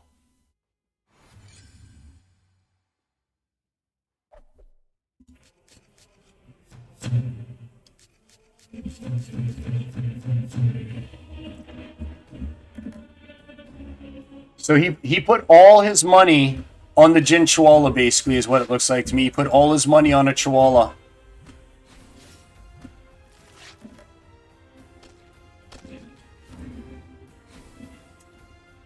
Yeah, I took a look at his lineup, and I pretty much knew that I had him, I think, as soon as I saw this one. I was like, I've just got such a big board, you know? In Magic the Gathering, we call this going wide, right? So I went really wide with my team on him. And he just had such few attackers that as I was able to whittle them away, managed to pull out the W. So good game to Fizz. Good game, Deus. You can go and you can report back. Here's the link to that battle. So, DeFizz, if you want to report back to Deus and be like, you cost me a Chaos Legion pack. Right? Oh, Dave Ira, you're here, buddy. It's about to happen, my friend. Chaos Legion. All right, let's view it. You know what? Let's open this one right here. We're going to open it. Let's see what was given to us by DeFizz. Pop her in. Thank you, DeFizz. When we're paired up again, if I'm ever paired up with you guys or someone in your guild, I am happy to go and do the challenge again. All right. A rare. Looks like it could be a standard pack. If it's gold foil, it's worth more. Celestial Harpy. Nothing to write home about. Nothing to write home about. All right, let's close this guy up. Boop. Cool. Close. So good games to Fizz. That was a lot of fun, man. That was a lot of fun. Last pack I won from you contained a gold forgotten one. Nice. All right. So let's take a quick moment here and let's play. Let's go to what's it called? Duck Race. And let's have a few rounds of Celebrity Showdown or Celebrity Death Match. So we'll get names in here. Edit list. We'll get the Ducky Doubler in there. Oh my gosh, I'm so bad. Ducky Doubler. And let's do a little bit of the old Celebrity Showdown. Yeah! Alright. I think I got some good ones here too. Here we go. So Celebrity Deathmatch number 1 against Valhalla God. Alright, so this one's against Valhalla God, so we all know that's Aggie's account, right? So what I want you guys to type in here, I know I've only got 4 viewers right now, it doesn't matter to me, okay? What I want you guys to do, oh, there's way more than 4 viewers here, that's really weird. So it's giving me the wrong stats. Okay, so what I want you guys to do, anyone who's listening right now to this stream, if you want in, all you have to do is you have to tell me who you think won in the battle. Was it Valhalla God or was it Silence? All right. And then we're going to play the match. If you guessed right, then you're going to go ahead and you're going to go into Duck Race and you guys are going to Duck Race for a prize. That's how it's going to go, right? So just get the question right and you're in. All these people wanting Valhalla to win. Hey, geez. We got the Fizz with a vote of confidence for the Sai. Now, I collect these all throughout the week. I can't remember the outcome of every battle. But let's see how this one works out. So, I'll give you guys another quick second here. We got Valhalla. And we got the Fizz with Sai. Let's just roll it through. Good luck, everybody. Ooh, oh, it doesn't look good. It's already not looking good. Oh, yeah. He's got Untamed cards. No! But this lineup, I found so effective. Let's see how it works out. I don't know, man. I don't know. This Grenadier is so good. Yep, and of course he got the poison. All right. Well, it could be over fairly quickly, guys.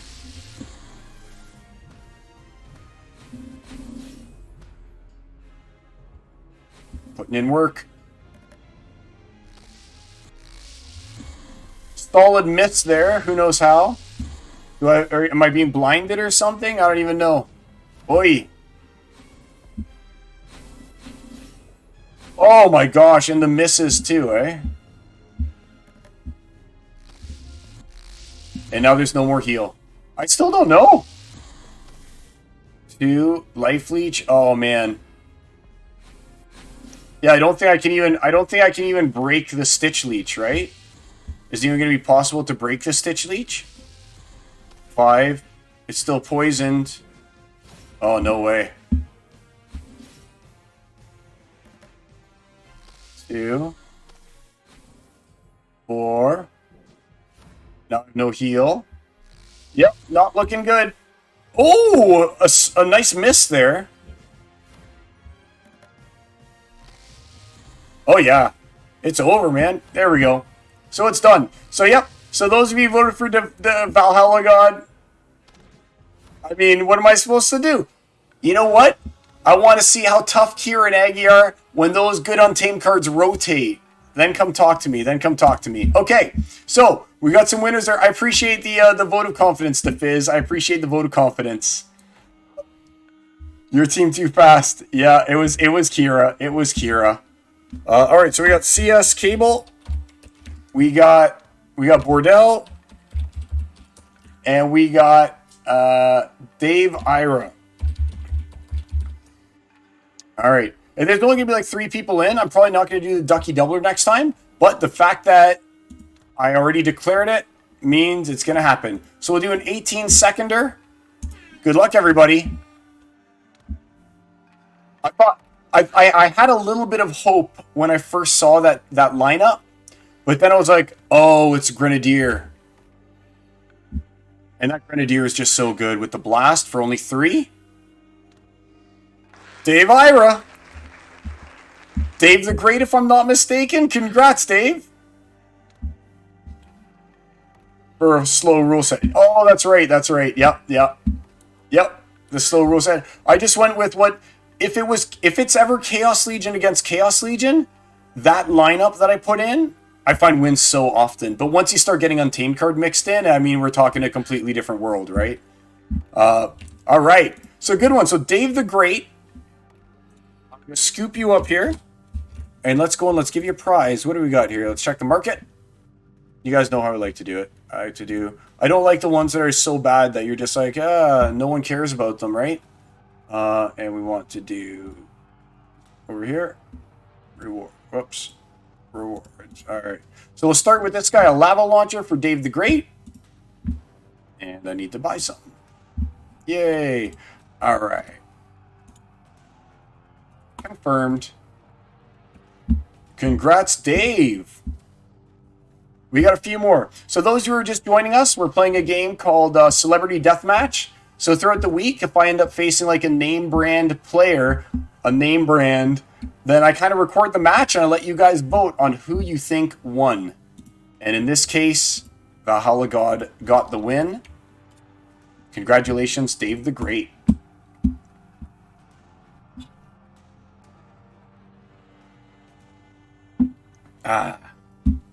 All right, so let's hit the market. Man. Let's see what we're going for next. So the next prize we're going to have on the line is a Tide Biter. Oh, no, that's not right. I want to buy price. Is a Jin Renova. We're going to work our way up. So we got a Jin Renova up next. Hey, no problem, Dave. Thanks for playing. Let's get over here to Facebook. All right, here we go. So we just did... Oh, that was last year. That was last time's. When it does this, there's Valhalla God. Cutie Pat Hanna QT. He's not name brand enough. Dirt Bike. I think Dirt Bike's a name brand. I wrote him down. I always see him near the top of the leaderboard. So I assumed that Dirt Bike was a name brand based on where I normally see him completing. So this one's against Dirt Bike. So versus Dirt Bike, who I always see leaderboard. That's why I chose this one. Basically, it's gonna be what is it? Yeah, it's always basically like if I see their name, then they're going in. Sai. So Sai against Dirt Bike. Everyone says me. Yay! All right. I guess Dirt Bike just exists to get plowed into nothingness. 1, 2. I believe in you. All right. Thanks, Bordel Music. You have faith in me. All right. Well, last time was almost anonymous for Valhalla God, and this time it's my turn. Okay. Let's see how we do. Ooh, it's a good matchup. But look, he's got all gold. He's got a gold 8-star and an all gold team. Oh, all right. I remember this battle now. I tried out Noah the Just. Let's see how Noah performs.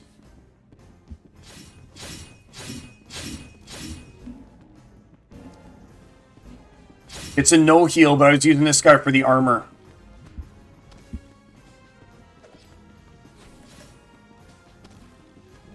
Oh, this guy's nobody. Why'd I even record this match? This match wasn't even worth watching. Yeah, there's no way he's going to take out my awesome Noah the Just. Yeah. Noah's just too good. So this is one of those cards that it's like, again, with the Soulbound reward cards, it's either like you got a Noah the Just or you don't got a Noah the Just, right? I think that he even gets like a Martyr or something crazy at the very end. So yeah, I guess Dirt Bike went down. But yeah, you can see that at the time he was pretty good. We'll see him in the leaderboards, I'm sure. He's probably going to make his jump for it. All right, so I guess that's everyone. Yeah, Noah is just crazy, man. That was like my first time doing it, too. All right, let's get everyone in here. Ooh, perfect pitch. Tell my wife. She says I can't sing worth an S. All right, so we got Dave Ira. Let's get everyone here into the duck race. Now that we've got so many people, we'll go ahead and we'll keep the Ducky Doubler in here. So we've got Dave Ira. We've got CS Cable had faith in me. And Bordel Music also had faith in me. And DeFizz, my #1 supporter, thanks DeFizz, also had faith in me. And the BBT, Birds and Bees and Trees, you didn't vote? Oh, you did. Okay, BBT. Birds and Bees. Here we go, Birds and Bees. All right, so 1, 2, 3, 4, 5. That's everyone, right? Dave Ira, 1, 2, 3. Yep, we got you. All right. So let's do it, guys. Good luck, everybody. Oh, Arnie boy. Wait. Oh, geez, Arnie. All right. Pause. Clear. We didn't see anything yet. Clear. Go back. Arnie boy. Sorry, Arnie. Don't worry. You're in. You're in. We didn't get to the end yet, so no harm done. No one saw anything. All good, buddy. All good. Can't believe I missed you there. All right, let's do it. Good luck, everybody. Ooh, look, the Ducky Doubler is a panda. I thought he was this vanilla guy. Who's vanilla? Bordel Music? Dave Ira, no way. No way, Dave Ira. No way. Of course with the vanilla duck, too. Wow. Rigged. The game cheats for you. The algorithm knows that it's you. Oh, he voted up here. He voted right underneath Bordel Music. It was my bad. It was my bad. Yeah, thanks again. Like, that's why Dave Ira shows up. Eh? Yeah, exactly. Dave Ira, you won like twice last week too, didn't you? Crazy. So, Gin Renova. Let's see if I got any bonus Gin Renovas lying around. Okay. I got a bonus Gin Renova lying around for Dave. Like, Dave the Great. I may as well just add that right to my cache and just paste it out. There we go. Congrats, Dave the Great. Milking me. That's my favorite too. I love the vanilla duck. Just loved your blue hat. Yeah. It is always Dave.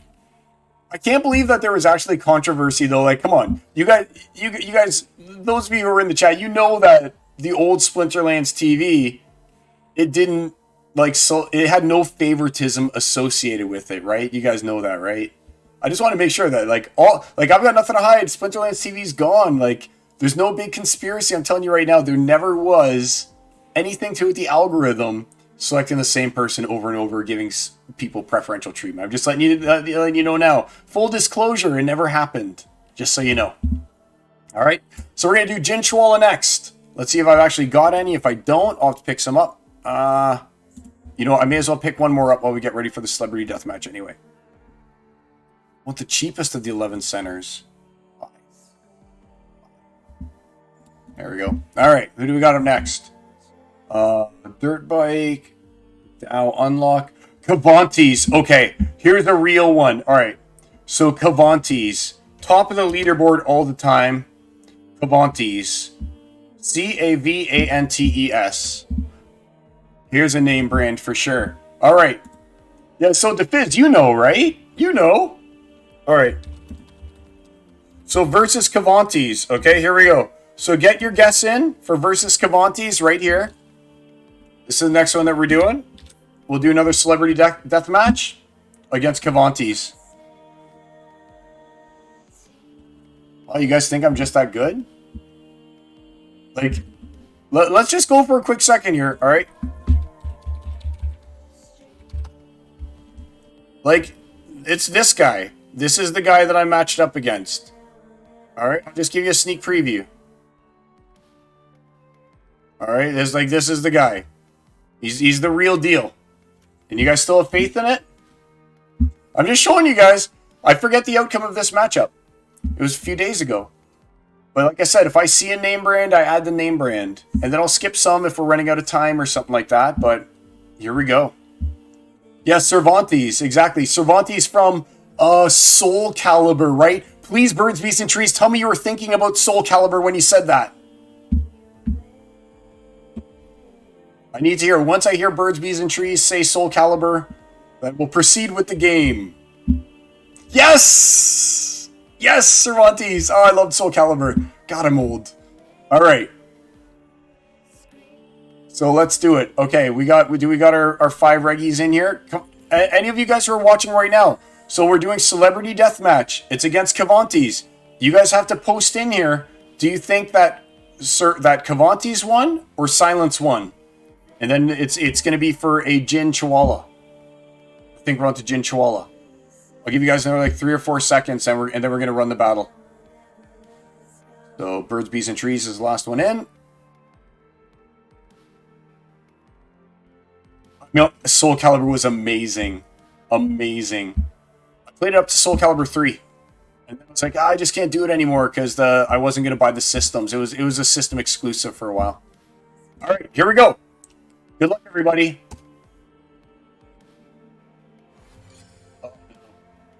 So just looking at this lineup, those of you who expressed your faith in Silence, do you regret it? Good luck, everyone.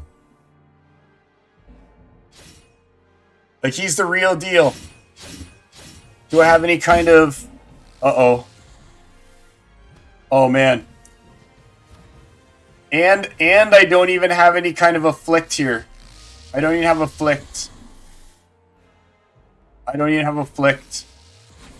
Woo! Well, time to wrap this one up early, I guess, eh, guys? Yikes. Like, do we need to even continue to watch? Am I even going to kill one guy? I don't think I can even break his front line. That's how bad this is. Like, I don't think I can get it. Look, 4-star gold is here. I warned you. I showed you Cavantes. I was like, I know this guy's the real deal. Yeah.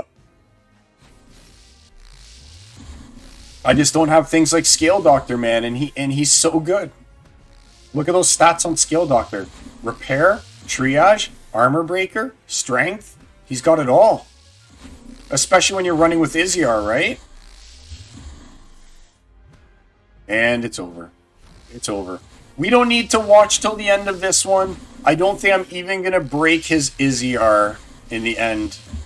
But Cavante's, and obviously, like, that's why, like I say, you need Affliction. If you don't bring Affliction, you auto-lose. And I can't believe that I built a lineup that didn't have Affliction in it.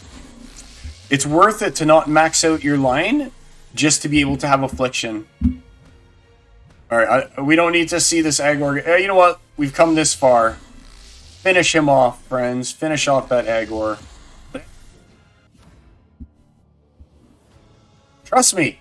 I want to face Cavantes here when there's no Kitty, no Scale Doctors. I really honestly think the leaderboard is going to get shook when Untamed rotates. And we're all going to be on like an equal footing. I honestly think that this game is going to get shook. And it almost makes me wonder, like, what are the Cervantes of the world going to do when they no longer have these huge advantages of being the ones with the gold foil 4-star kitty and having the Scale Doctors when everything is basically like fair, right? From like a joining standpoint, when everything is fair and equal, are they still going to dominate the way that they do? Oh, Scale Doctor's insane. Like I misjudged so many cards when I first started playing. I thought Scale Doctor was terrible. I thought Failed Summoner was awful. I was like, who plays with Failed Summoner? That card's trash. Buddy, I did not know how to evaluate cards when I first started playing. I'll tell you that much. Ime Wante. Hey, how's it going, buddy? Nice to see you in the chat. All right, let's get it. So, Sai. So, this is Cable and DeFizz and Birds and Bees. Cable, DeFizz, and Birds and Bees. As long as we got 3, we'll keep it in there. Cable, DeFizz, Birds and Bees. You guys are the ones who got it right. Okay. Cable, DeFizz, and Birds and Bees. Let's double check. Yeah, exactly. They'll be punished by us. I am waiting for my moment of reckoning, guys. Like, every time, I used to get so mad when I'd see, like, a kitty or you want to be like, the world is against me! This sucks! You know? But now I'm just, like, counting down the days till December 4th or 5th, whatever one of those 2 days is the magic day, and then I wave goodbye and never have to face you again. See you later. Good luck, everybody. Ooh, Ducky Doubler and DeFizz are both vanilla ducks. Let's see which duck it's going to be. It's going to be a vanilla duck. It's just a matter of which one. No way! Out of nowhere, it's CS Cable! No way! CS Cable! GG, CS Cable. Impressive. Most impressive. Did Birds and Bees go Psy? Yeah, Birds and Bees went Psy. Birds and Bees, he's in there. He's up here. Silence. You said silence. No, you said silence. Silence didn't win. That's right. Okay, well, you know what? I'm glad that you didn't win too, or else it would have felt really dumb. So, good work, CS Cable. Yay! It's still, everything worked out. Everything worked out. So, CS Cable, hook me up with your IGN. And I'll send that guy out to you. So, we got the Jin Chihuahua for CS Cable. I think his CS Cable is just CS Cable, right? CS Cable is CS Cable? Yeah, CS Cable is CS Cable. Cool. All right, let's do one more of these. And then CS Cable, send. Let's see if I got a good name brand, and we'll do one more. So there's Cavantes. Hawks 21. Here we go. The last one that we'll do a celebrity deathmatch. Let's do Hawks 21. All right. You guys probably all know Hawks 21. So here we go. Versus HAW Hawks 21. Like I said, man, it's going to be rare. It's rare when I win against these guys, but hey, it's happened. It's happened. It's happened. I've done it before. You guys are all like, okay, just the odds are with him. He can only lose so many before it's just he'll accidentally get a win. I feel your pity and I love it. Okay, as soon as I said that, Ime's like, nah, I have no pity. Same with Dave. Dave's like, I want 3 prizes in one stream. I've got the self-depreciation against Hawks going on here. All right, let's see here. So we got 1, 2, 3, 4, 5, 6, 7, 8. We got 8 guys in right now. We got some confidence inside this time. It looks like 1, 2, 3, 4, 5, 6, 7, 8 people in. I'll give it another couple seconds. Then we'll go and we'll run this one. And again, this will be the last. We'll do this as the last celebrity death match. All right, let's run it. Good luck, everyone. This is against Hawks, right? Hawks 21. Here we go. Ilthian here, or I forget his name. Ilthian, I think. Such a good summoner. This is like the not as good as Mylor, but it's kind of like Mylor-ish, you know? All right, let's see what happens here. I'm looking, and what's the rule set? Oh.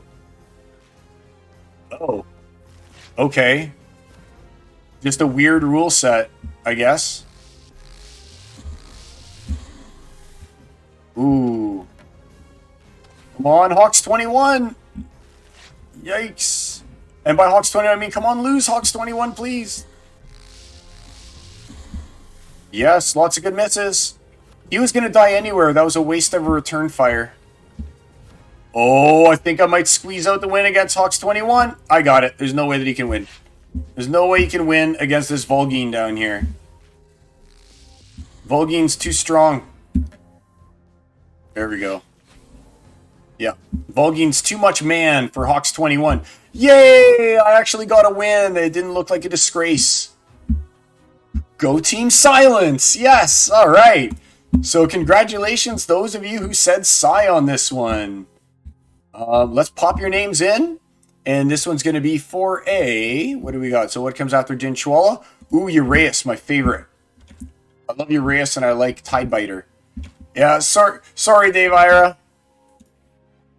Not this time, at least. We'll leave the Ducky Doubler in there. Let's see who went with Psy. We got Birds and Bees. We got Birds. We got Bordel. We got the Fizz. We got... Oh, Ime is a no. We got Arnie. Let's see who else we got. CS Cable and Too High. CS Cable and Too High. We're good. All right. Look at all those guys who voted for Psy. Appreciate the vote of confidence. I did something right. Yes. Okay. Set it up. Good luck, everybody. Ooh, CS Cable, I kind of hope you win. I really like that. Ooh, DeFizz, I like yours too. But the Ducky Doubler's a vanilla.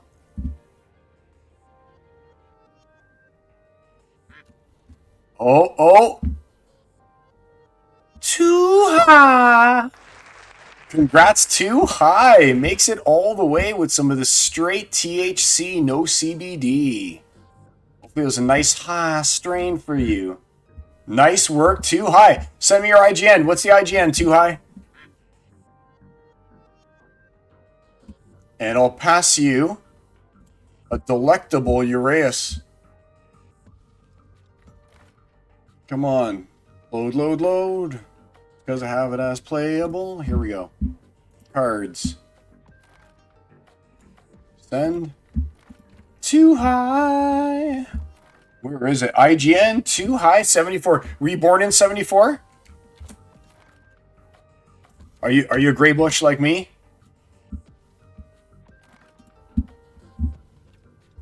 Congrats, Too High. All right. Cool. Let's just see if Nightbot was doing it. And once again, Nightbot not working at all.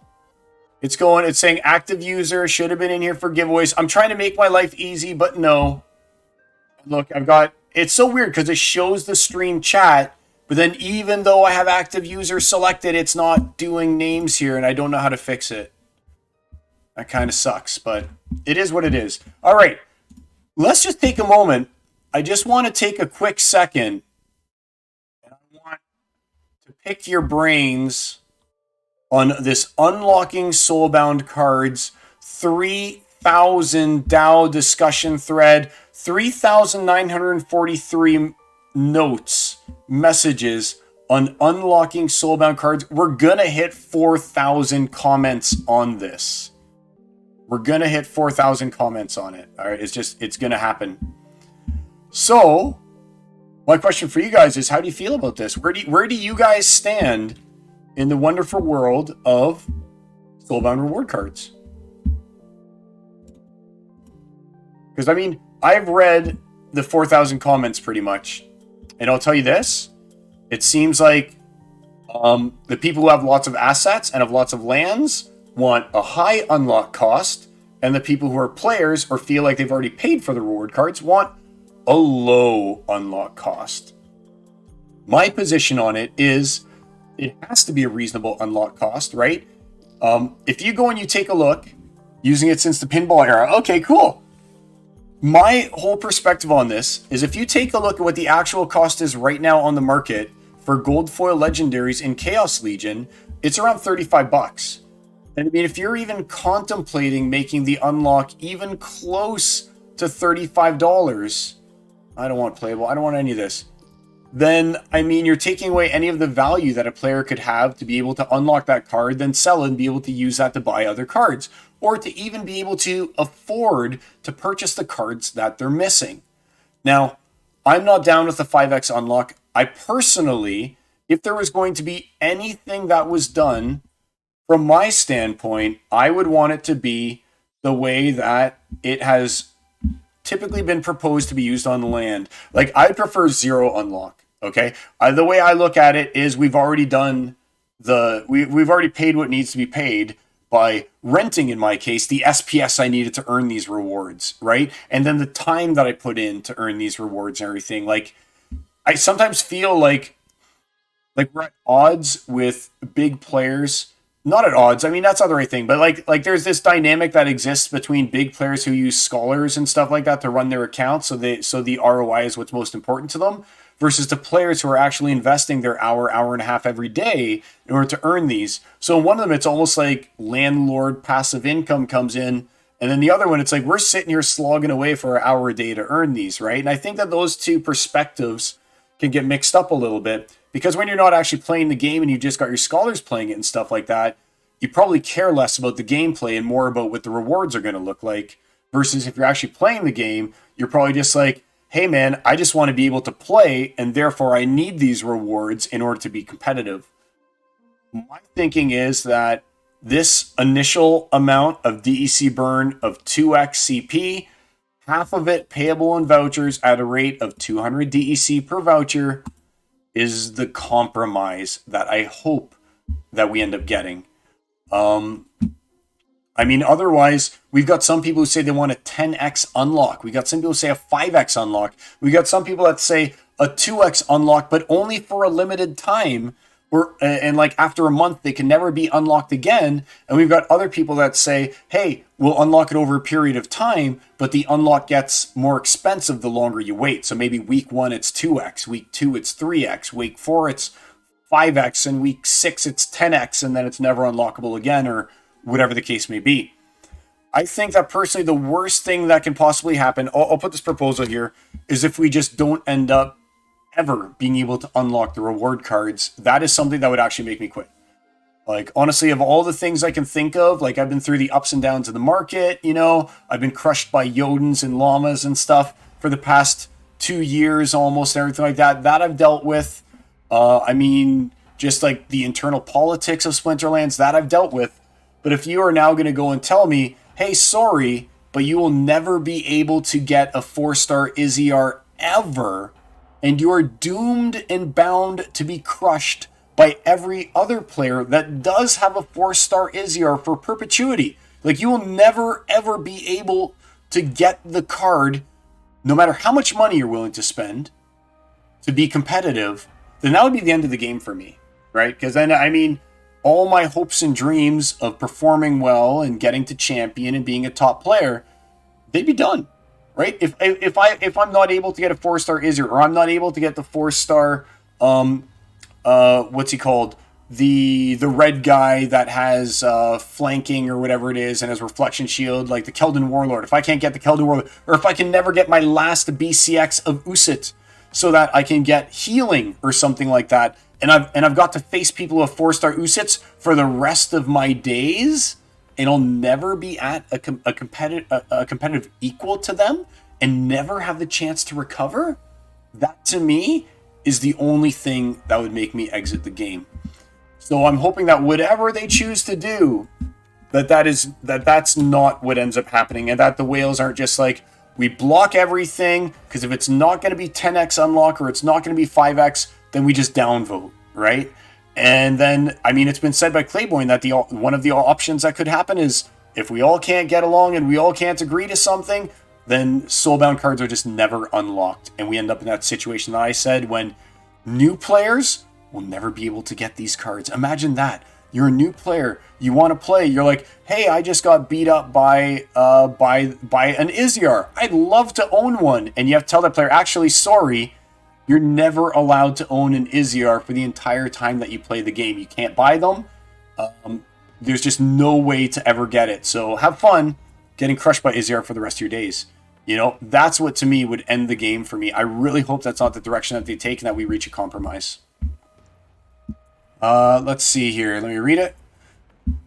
0 unlock is my vote. I did not know about that. There is no option for the 0 unlock. We know that's going to get voted down to nothing.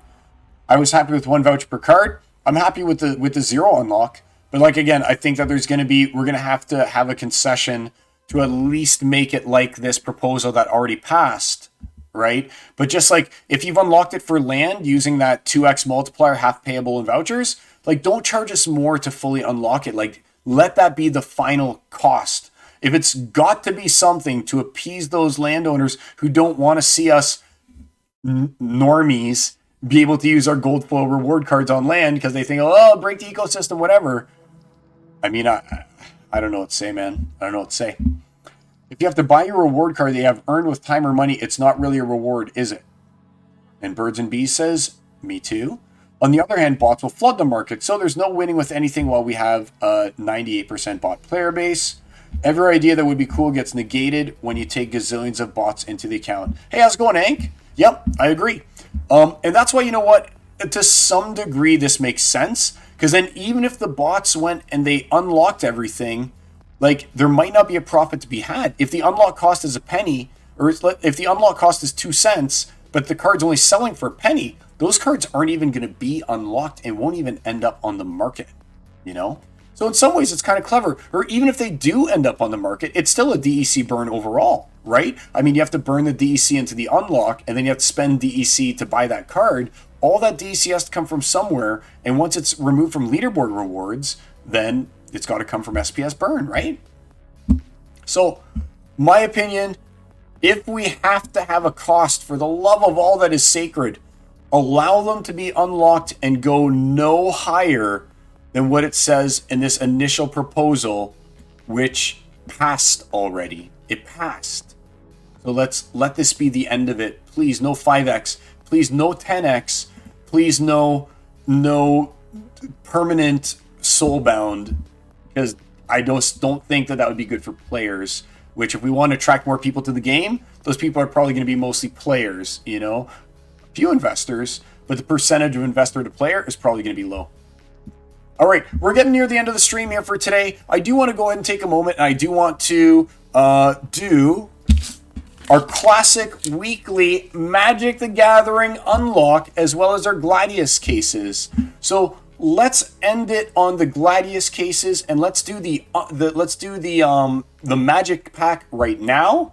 Before I do that, though, I have to buy the Gladius cases. Last week, I think, was it last week or the week before? Last week we got nothing, but the week before we got 2 legendaries. So let's see if maybe we can end up getting something good again. Eric's store is where we want. Let's visit the store. How much do I have? Have enough for 5. Okay, let's buy 5. 5. Pay with merits. Okay. So,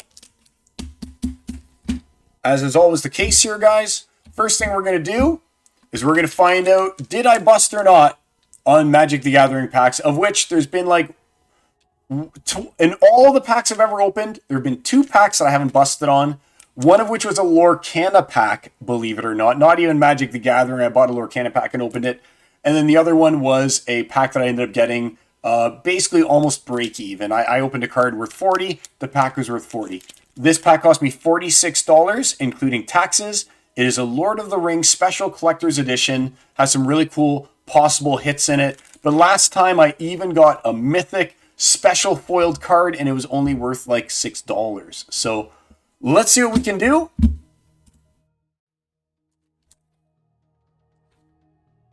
All right. I always go for the back left. All right, Lord of the Rings collector's pack, $46 Canadian, including taxes. Let's see how we do. Open her up. And again, I do like to open one of these on screen because a lot of people complain, oh, I opened up this Rebellion pack and 10 cents of value. Well, buddy, I bust all day long on these packs. I think there was one week when I opened an unrevealed land that I was given for my time with Splinterlands TV that I've just been holding on to. So I revealed a land and opened 2 packs, ended up like negative $70 or something like that for the day. So happens to everyone, not just, ooh, that's kind of cool. It's a smog token. I didn't know you could get smog token in here. That's neat. I like Lord of the Rings, so all right, that's cool. So smog. All right, and here we go. So commons are nothing. No one cares about commons or uncommons, really. Here they are. Okay. Even in foil, no one cares about commons and uncommons. All right, we're getting to the good stuff, I think. All right, here we go. So after this land is where things get good. And there are some multi-$100 cards that you can pull in this. Here we go. What is this? I don't know what that is. Horn of the Mark. Okay, it's just a rare, but it's kind of a cool scroll. Yoan, it's just a rare. Even though it's foil, rares are pretty much worthless unless it's Goblin Bowmaster. That's it. Call Forth the Tempest. Another just rare, worth $0. Rangers of Ilthian. Another just rare, so worth $0. And Aragorn, the company leader, even though it's a really cool foiling, it's just a rare, so it's going to be worth $0. And finally, Tempt with Discovery, an uncommon. It's going to be worth $0. That was a literal, like, $0 pack, pretty much. A bust of full $46 on it.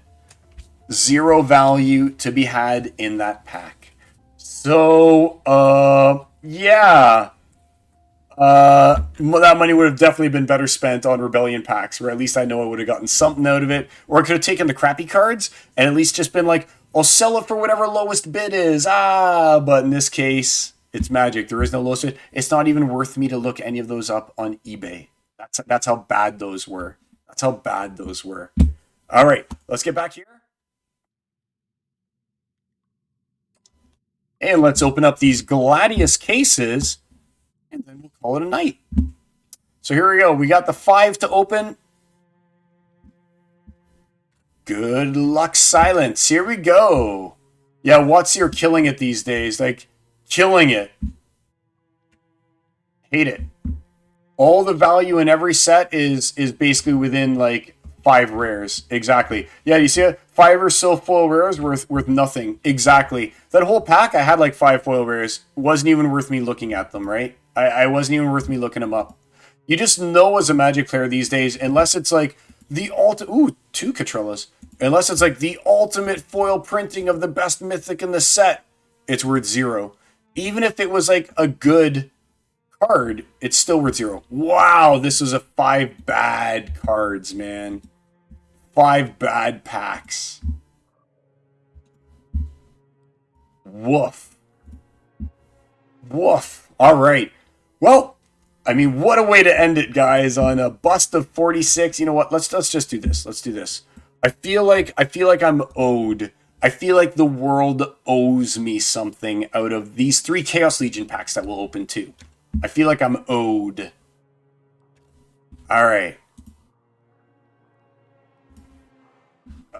And I guess, oh, there we go, 2 foils, I guess, 2 foil commons. I mean, it could be worse. I guess let this be a lesson to you, everyone. The world owes you nothing. You are owed nothing. And sometimes when you try to get out of the hole, you just dig yourself deeper. Wow. Well, all right. Quite the ending. Quite the ending. So there you go, guys. I hope that you guys enjoyed the show. Like I said, it's around 11 o'clock here tonight. I'm gonna wrap her up sort of early. I'm not gonna go on like on a huge playing spree or something like that tonight. Kids have a PD day tomorrow, so I've got to go and meet the teachers. Good times, good times. I can tell if my daughter's anything like she is at home at school. I'm a little nervous. I'm a little nervous. But I do appreciate you guys all joining me today. If you haven't followed or subscribed or whatever you're supposed to do with these things, please feel free to do so. I totally appreciate it. Again, I don't do this for any monetary reward, but I mean, hey, I do like doing duck race, and if I can get more people into the duck race, then hey, that's a lot of fun, right? I also always take these videos now, and I don't even really edit them. I just kind of throw them onto YouTube as well. So if you ever wanted to look up what we talked about this week or relive some of what we chatted, I basically just take the whole thing that we did today and plop them over there. So you can look up the silence on YouTube as well, and you can rewatch this if that's something you wanted to do. I don't know, maybe you like the sound of my voice and you just want to hear me talk, right? Sometimes I want to hear me talk, and yeah, that bothers my wife. All right, so there we go, my friends. Hope you've enjoyed the stream. I've certainly appreciated you guys here today. Again, it is I, the Psy. I stream on Thursdays, normally between 9 and 11-ish. It's been my pleasure hanging out with you guys. I look forward to seeing you next week. Take care, my friends. It's the Psy, signing off. Peace.